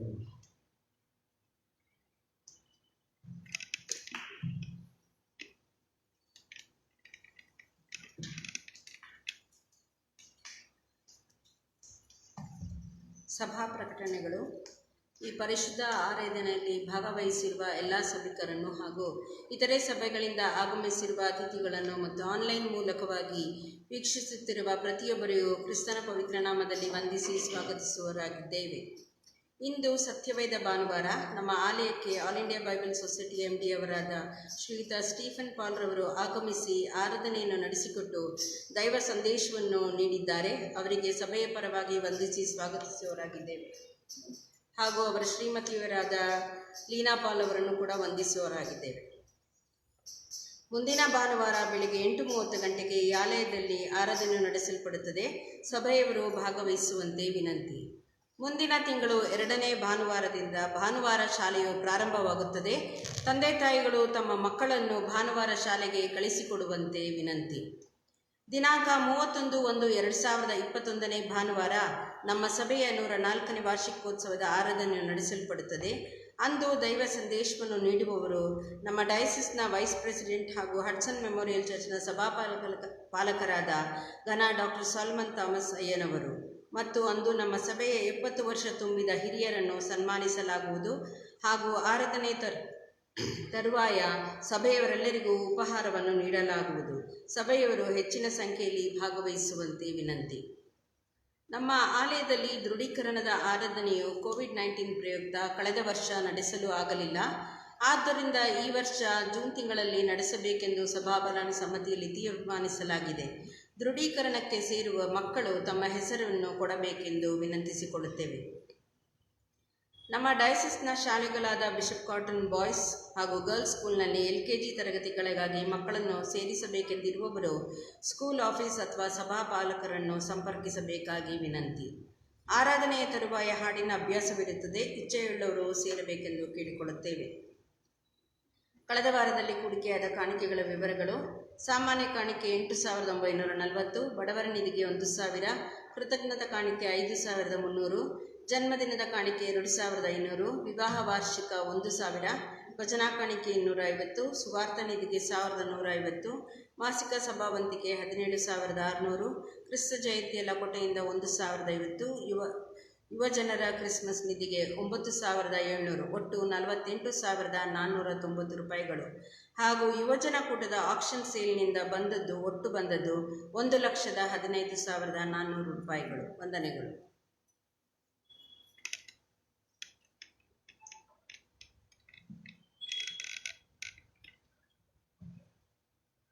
ಈ ವಾರದಲ್ಲಿ ತಮ್ಮ ಜನ್ಮದಿನವನ್ನು ಆಚರಿಸಲಿಕ್ಕಿರುವ ಸಭೆಯ ಸದಸ್ಯರುಗಳು: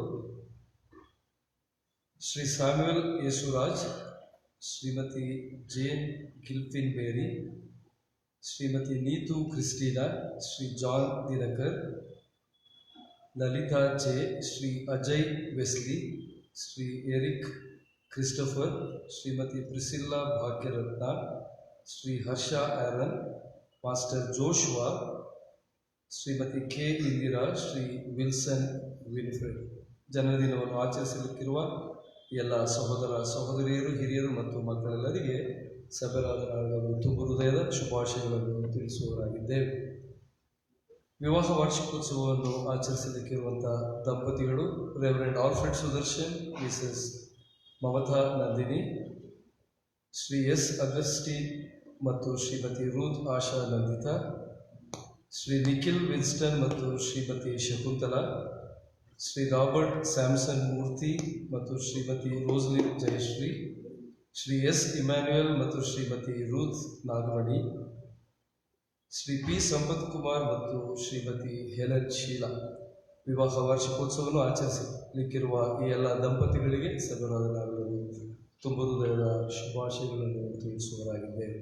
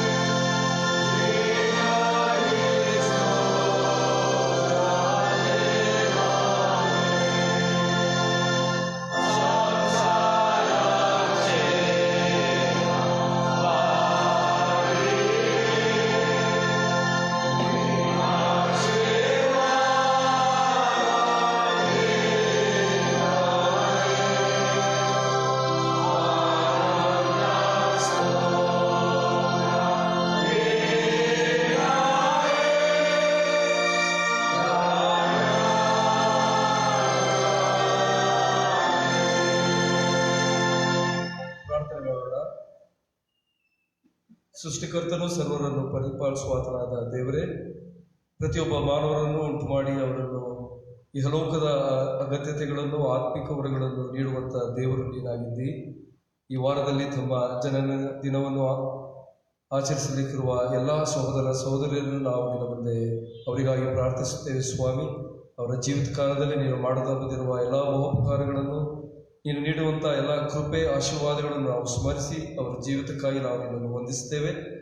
ಕಳೆದ ವರ್ಷವೆಲ್ಲ ನೀನು ಅವರನ್ನು ಅತ್ಯದ್ಭುತವಾದ ರೀತಿಯಲ್ಲಿ ಕಾಯ್ದು ಕಾಪಾಡಿ ಹೊಸ ವರ್ಷವನ್ನು ನೋಡುವಂತೆ ನೀನು ಮಾಡಿದ್ದಿ. ಈ ಹೊಸ ವರ್ಷದಲ್ಲಿಯೂ ಸ್ವಾಮಿ ನಿನ್ನ ನಡೆಸುವಿಕೆಯನ್ನು ನಾವು ಬೇಡುವರಾಗಿದ್ದೇವೆ.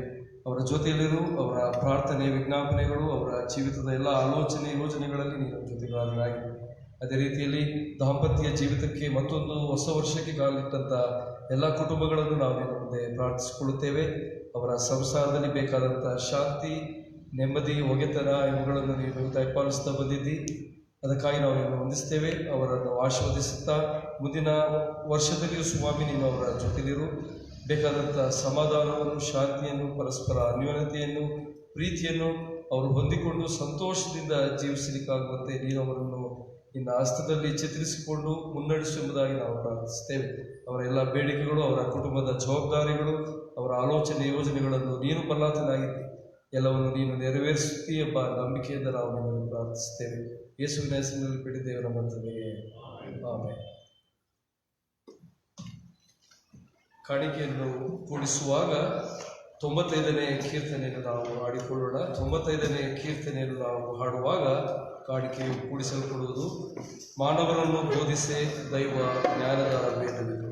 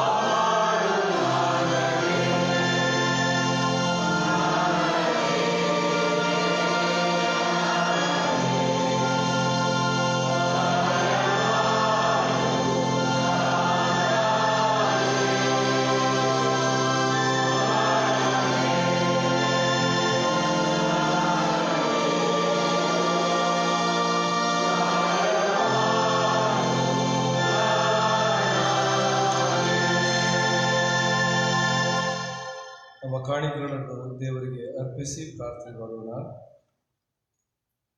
ಎಲ್ಲ ಒಳ್ಳೆಯ ವರಗಳನ್ನು ದಯಪಾಲಿಸುವ ದೇವರೇ, ನಿನ್ನ ಜನರು ಕೊಟ್ಟ ಈ ಕಾಣಿಕೆಯನ್ನು ದಯೆಯಿಂದ ಸ್ವೀಕರಿಸಬೇಕೆಂತಲೂ ಸಮಾಧಾನವೂ ಪರಸ್ಪರ ಸ್ನೇಹವೂ ಲೋಕದಲ್ಲಿ ಅಭಿವೃದ್ಧಿಯಾಗುವಂತೆ ಇದನ್ನು ಈ ಕಾಣಿಕೆಯನ್ನು ಕೊಟ್ಟವರನ್ನು ಆಶೀರ್ವದಿಸಬೇಕೆಂತಲೂ ನಾವು ನಿನ್ನನ್ನು ಬೇಡಿಕೊಳ್ಳುತ್ತೇವೆ.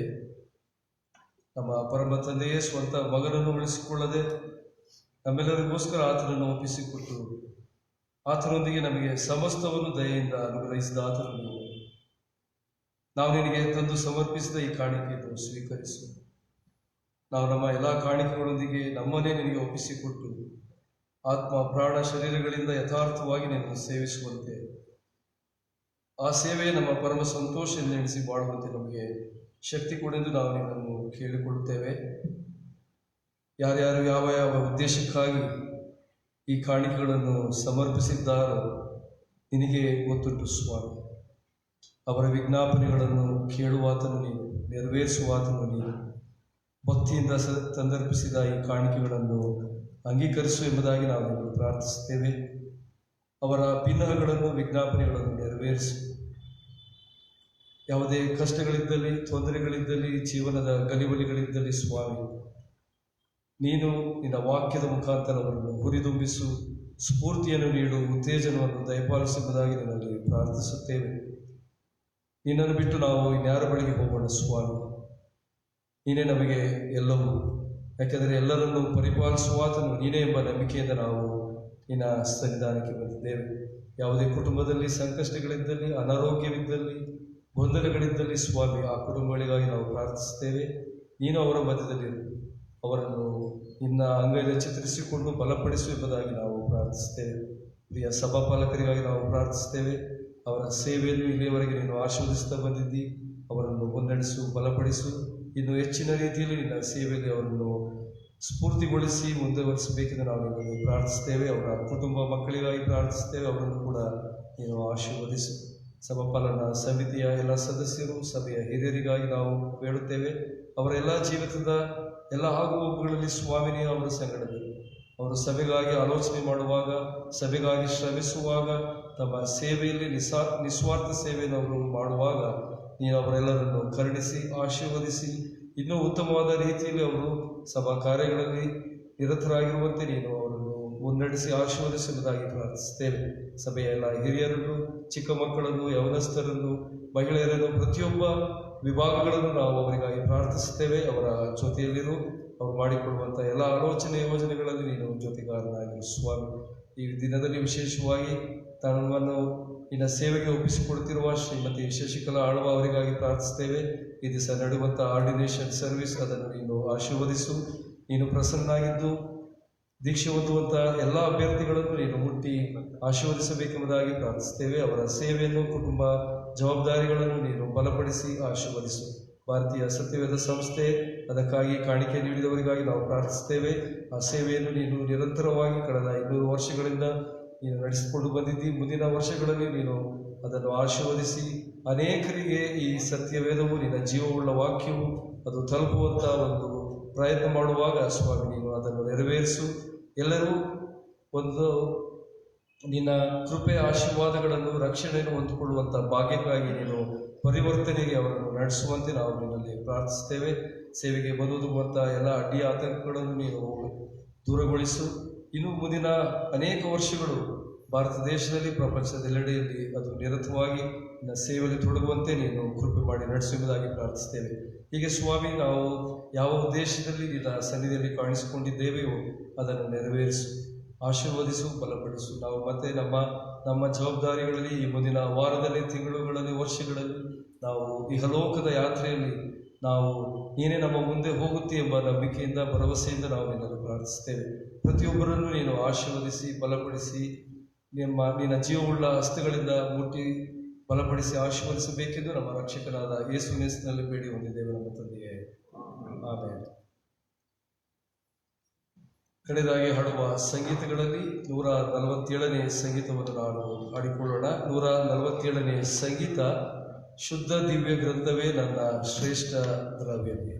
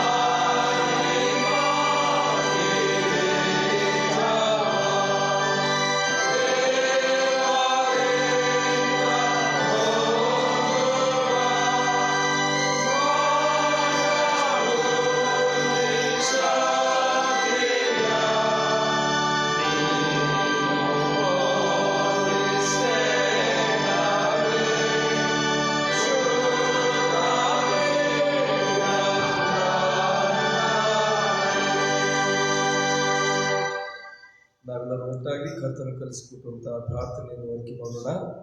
ಪರಲೋಕದಲ್ಲಿರುವ ನಮ್ಮ ತಂದೆಯೇ, ನಾಮವು ಶುದ್ಧೀಕರಿಸಲ್ಪಡಲಿ, ನಿನ್ನ ರಾಜ್ಯವು ಬರಲಿ, ನಿನ್ನ ಚಿತ್ತವು ಪರಲೋಕದಲ್ಲಿ ನೆರವೇರಲ್ಪಡುವಂತೆ ನಮ್ಮನ್ನು ಆಹಾರವನ್ನು ಕಲಿಸು, ನಮಗೆ ತಪ್ಪು ಮಾಡಿದವರನ್ನು ನಾವು ಕ್ಷಮಿಸು, ನಮ್ಮ ಶೋಧನೆಗೆ ಸೇರಿಸಿ ರಾಜ್ಯವು ಬಲವು ಸದಾಕಾಲವೂ ನೆರವೇರಲಿ. ಆಮೆನ್. ದೇವರ ಆಶೀರ್ವಾದವನ್ನು ಹೊಂದಿಕೊಳ್ಳುವರಾಗೋಣ. ಕರ್ತನು ನಿಮ್ಮನ್ನು ಆಶೀರ್ವದಿಸಿ ಕಾಪಾಡಲಿ. ಕರ್ತನು ಪ್ರಸನ್ನ ಮುಖದಿಂದ ನಿಮ್ಮನ್ನು ನೋಡಿ ನಿಮ್ಮ ಮೇಲೆ ದಯವಿಡಲಿ. ಕರ್ತನು ನಿಮ್ಮ ಮೇಲೆ ಕೃಪಾ ಕಟಾಕ್ಷವಿಟ್ಟು ನಿಮಗೆ ಶಾಂತಿಯನ್ನು ಅನುಗ್ರಹಿಸಲಿ. ನಮ್ಮ ಕರ್ತನಾದ ಯೇಸು ಕ್ರಿಸ್ತನ ಕೃಪೆಯು, ತಂದೆಯಾದ ದೇವರ ಪ್ರೀತಿಯು, ಪವಿತ್ರಾತ್ಮನ ಅನ್ಯೋನ್ಯತೆಯು ನಿಮ್ಮೆಲ್ಲರ ಸಂಗಡ ಸದಾಕಾಲ ನೆಲೆಸಿರಲಿ.